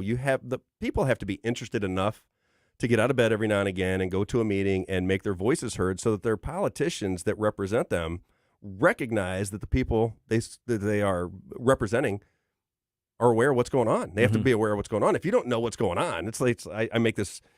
It may be a crude way of explaining it, but if you're married and your spouse is having an affair, do you want to know? Or do you want to live in secrecy? And, it's like I said, delusion. If your wife comes, she goes to the neighbor's house and she thinks you're at work. She comes back. She's got her skirt on backwards and lipstick all over her face. Right? You go, what happened? Nothing. Right? That's kind of the way our government is. Nothing happened. Nothing happened. Nothing went down. My gosh. You're so right. I'm the guy that wants to know. It's exactly how they are. It's like, we see this. It's like, there's some smoke here. There seems to be fire, but you just want us to say, no, it's fine. It's like, really? There's lots of evidence on your face. Exactly. And that's how the game is played. So if the woman comes back and she's got the lipstick smeared and the skirt on backwards, she goes, Johnny, our boy is at school and he's sick. And then the narrative changes. Now we're talking about Johnny at school. We're not talking about your skirt being on backwards, right? Oh, my gosh. That's how they do it in the news. That's a perfect analogy. Once you get to because we're getting screwed. Solid. Well, we got writers for this show now. I like that. That was good. But that's true, right? Yeah, I mean, it's one of those deals when you feel like you're starting to get onto a story and you're starting to understand what's happening and something's not quite right. Then we have Chinese spy balloons, and then we have the fire in Lahaina, and then we got another story that we need to grab onto. And the story that you were starting to figure out is distant in your mind, and we're on to the next thing. That's the thing, that's the scenario that scares me the most about where our country's going. Because if a catastrophe were to happen now, nobody believes anything anymore. Nobody knows who to believe or what to believe or where to go or what to do. You have currency manipulation happening. Got a lot of things that are going on that the American people need to be aware of. Don't need to be scared. I remember when my kids, we used to, their school was basically in our backyard. I lived at Winghaven out in O'Fallon. And there was a school that literally, when you left the school, you walked right out and right into our backyard. So it was it's right there. a 5-minute walk. So when our kids were 10, 11 years old, and I'm explaining to them that they need to be aware. You can't put your head down when you're walking from school to home. You have to have your head up. You got to be looking around. You got to be with 2 or 3 people. Be aware. And if something happens, here's what I want you to do. If somebody says, hey, and slows their car down, here's exactly what I want you to do. And I said, you'd never have to be scared of anything if you're aware. Now, if you're not aware and you got your head down, that's when bad things happen. But you got your eyes open and you're paying attention to your surroundings. Be aware. Be aware, and life is good. And have a plan. That's the other thing, too. Because, the thing is, you could be, even if you're aware and something bad happens, deer in headlights syndrome is a thing, right? You're just stuck. Or frozen in fear. Or you panic and you make a bad decision. It's like you're trying to make up a plan while you were in a heightened state, right.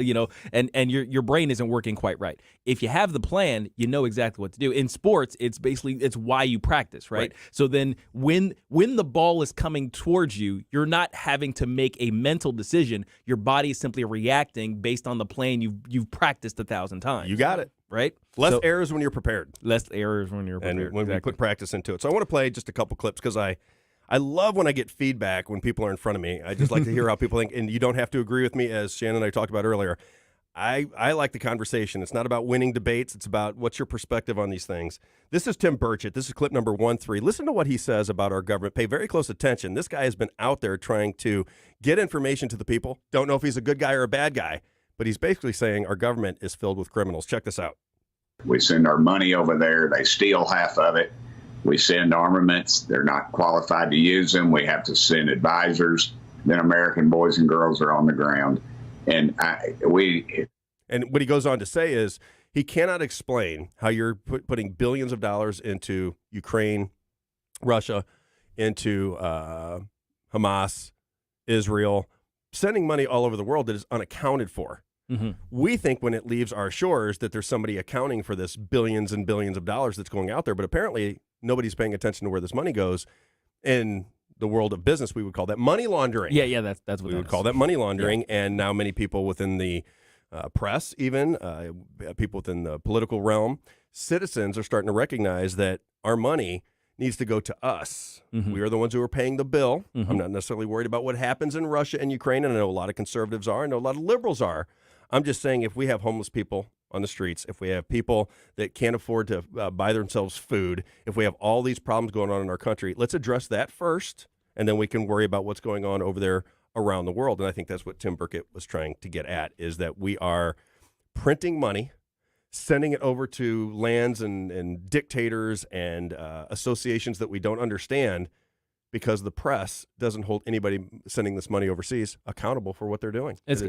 It's kind of the airline oxygen mask situation, right? You put your mask on first. Right. You have to be solid first before you can help anybody else. Now we're trying to, we're going down in flames right now. At least it feels that way as a nation. Yes. But we're still trying to act as though we got our crap together and we're helping. Oh, it's like, you guys need help. Let me come over and help. It's like, excuse me, sir, your house is on fire here. It's like no, but I need to provide these toys for the children. It's like, but your house is on fire. Mm-hmm. Yes. It's like, no, but don't you see that this is a good thing and it's good for our community? It's like, yes, but your house is on fire.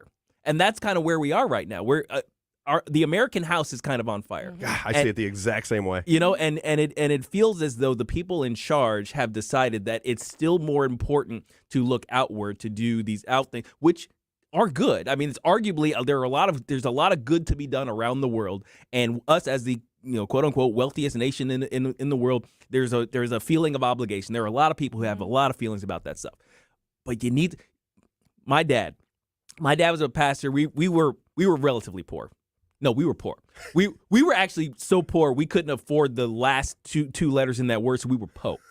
Okay, so we were Poe. Old school. Okay, we were Poe. So and one of the things he did was he would collect toys for tots, and we would distribute toys. And I told this story on air not too long ago. This is one of those great things, like I qualified for the free toys, but I was handing out the free toys to other families. Taught you well. And it taught me good. But here's the thing though. One thing he taught me, though, he said, the best thing that you can do for the poor to begin with is not join them. You see what I'm saying? It's like the best thing you can do for the poor, the first thing is not to join them. It's like, so Be somebody who can afford to help others. Be somebody whose house is already in order so you can do those things. And America, we're not doing that right now. Yeah, take care of your own business. Take care of your own business. And that's the biggest argument I have with our government just in general at the city level, at the state level, at the federal level, is we have to take care of our own and take care of our people and begin the spirit of camaraderie again. It's not here anymore. It's completely separate. Everybody has got their own opinions on things, and those opinions, which is perfectly natural to have a different perspective on things. That's the way the world is supposed to be. If you have any consciousness at all, is you have a different perspective based on life experience. We are being divided intentionally, and it's so obvious. I mean, all you got to do is read any publication, watch any of your network news, and then just see how it plays out in your life, with your friends and your family. I have people that absolutely despise me now saying they know that I'm right. They don't want to admit it. And I'm not right about everything, don't get me wrong, but I'm talking about the original thing I was talking about with the COVID. I said, the masks aren't going to help you. I mean, you need to take the mask off. You look ridiculous. And people would get mad at me for saying that. I'm saying, listen, the masks create more fear, which is what we're trying to get rid of. If fear is what debilitates a society, let's stop being afraid all the time and be one with one another, and be happy. Yeah, life is supposed to be about happiness and love, is it not? It is. Absolutely. We're going to talk about happiness and love in the final segment. We'll be right back. You can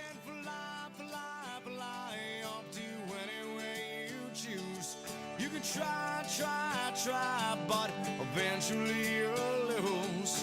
It seems there's always. This is News Talk STL at 1019, 94.1, 99.1 HD3 and newstalkstl.com. The news and talk that matters to St. Louis. For the killing and the murder and the mutilation of Israelis, and they will pay a price. 1019 and 94.1. Ultimately, the White House has changed their story multiple times, but there's still more evidence we're trying to get. News Talk STL. The Herzog Foundation is the vision of its founder, Stanley Herzog, and it exists to promote and accelerate the development of quality Christ-centered K-12 education. Hi, this is Daryl Jones, president of the Herzog Foundation. We have an exciting new training opportunity available for public school and Christian school teachers. The Herzog Foundation Institute has partnered with the Bill of Rights Institute to offer 4 training events in 4 Missouri cities this year. These day-long professional development opportunities are best suited for middle and high school civics, government, U.S. history, and social studies teachers. Middle and high school teachers have a unique opportunity to strengthen civic knowledge and values for the next generation. We want to help teachers seize this opportunity. Visit herzogfoundation.com/events to learn more and register for a Bill of Rights Institute training event near you. herzogfoundation.com/events. herzogfoundation.com/events.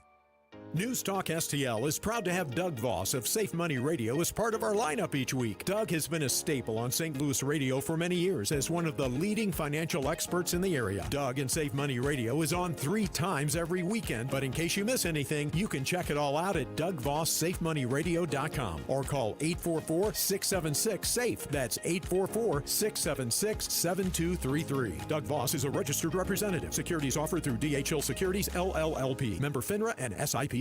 Columbo and Katie. Join Katie and me on Tuesday after what I hope was a great holiday weekend for you. We'll talk to Crane Durham at 2:20, and we'll get caught up on all the latest news as we prepare to ring in the new year.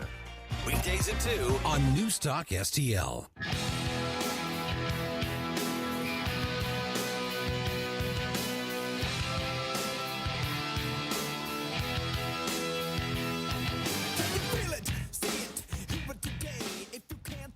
Hey everybody, it's Rob Carter. Join me on Sunday nights as I challenge our politicians, expose the political press, and analyze pop culture.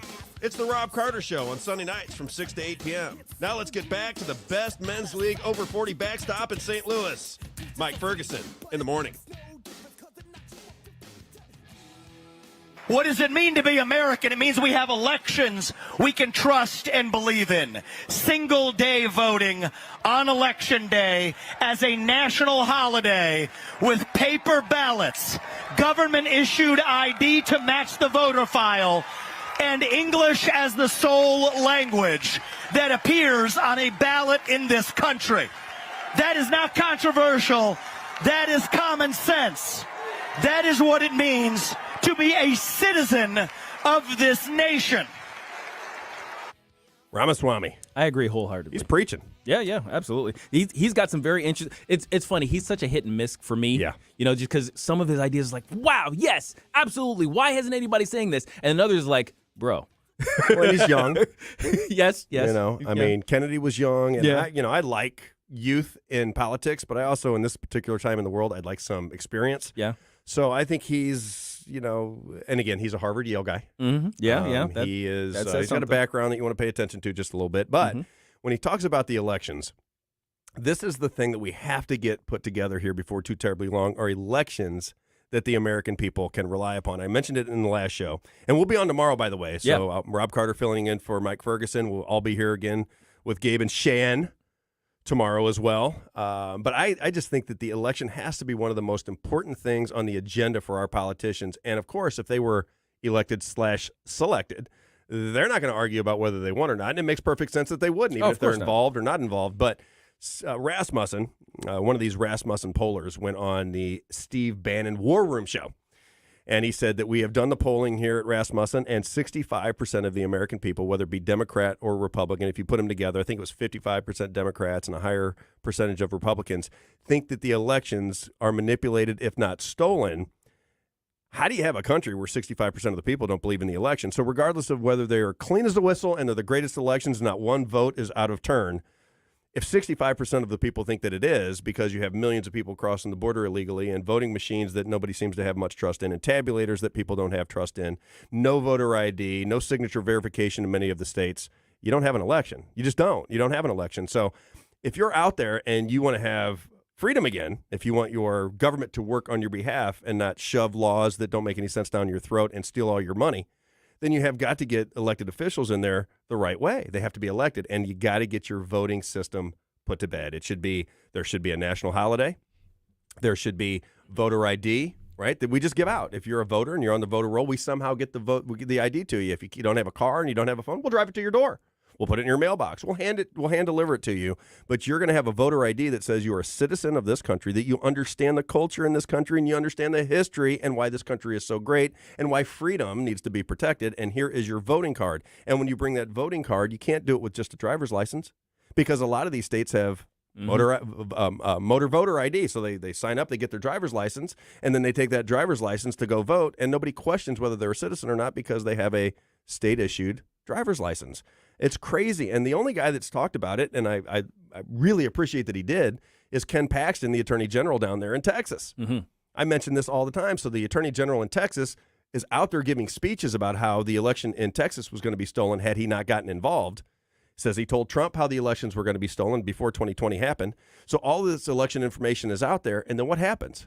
His own party tries to impeach him down in Texas. I missed that. Yeah. His own party tried to impeach him down in Texas, and the news didn't cover it. And he only won by a couple of votes. They tried to say that he had some collaboration with somebody that was doing work on his house, and he was. If that was the law that he was breaking, that was so minuscule in the big scheme of things that I think it was a little bit like they were trying to frame the poor guy.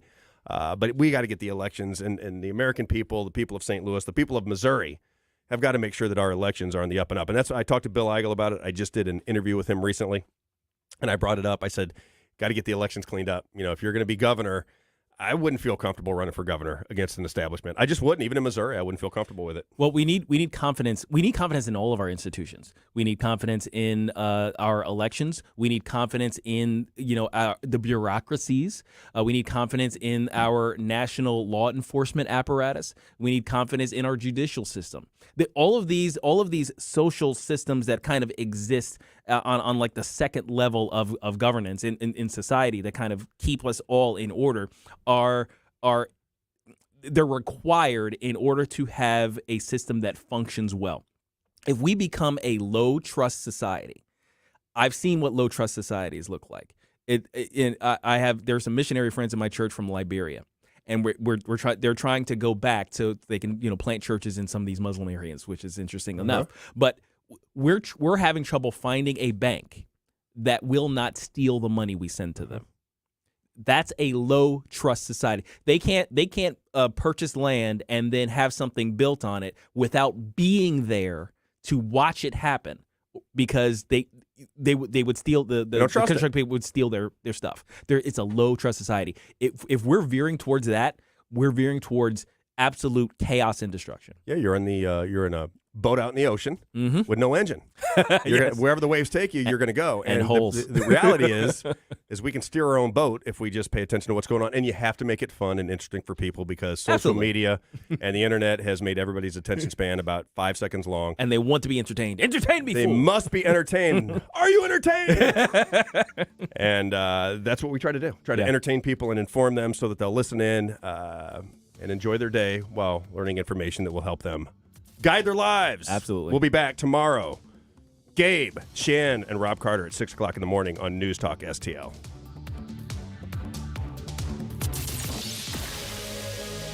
We give you news, analysis, opinion, and more.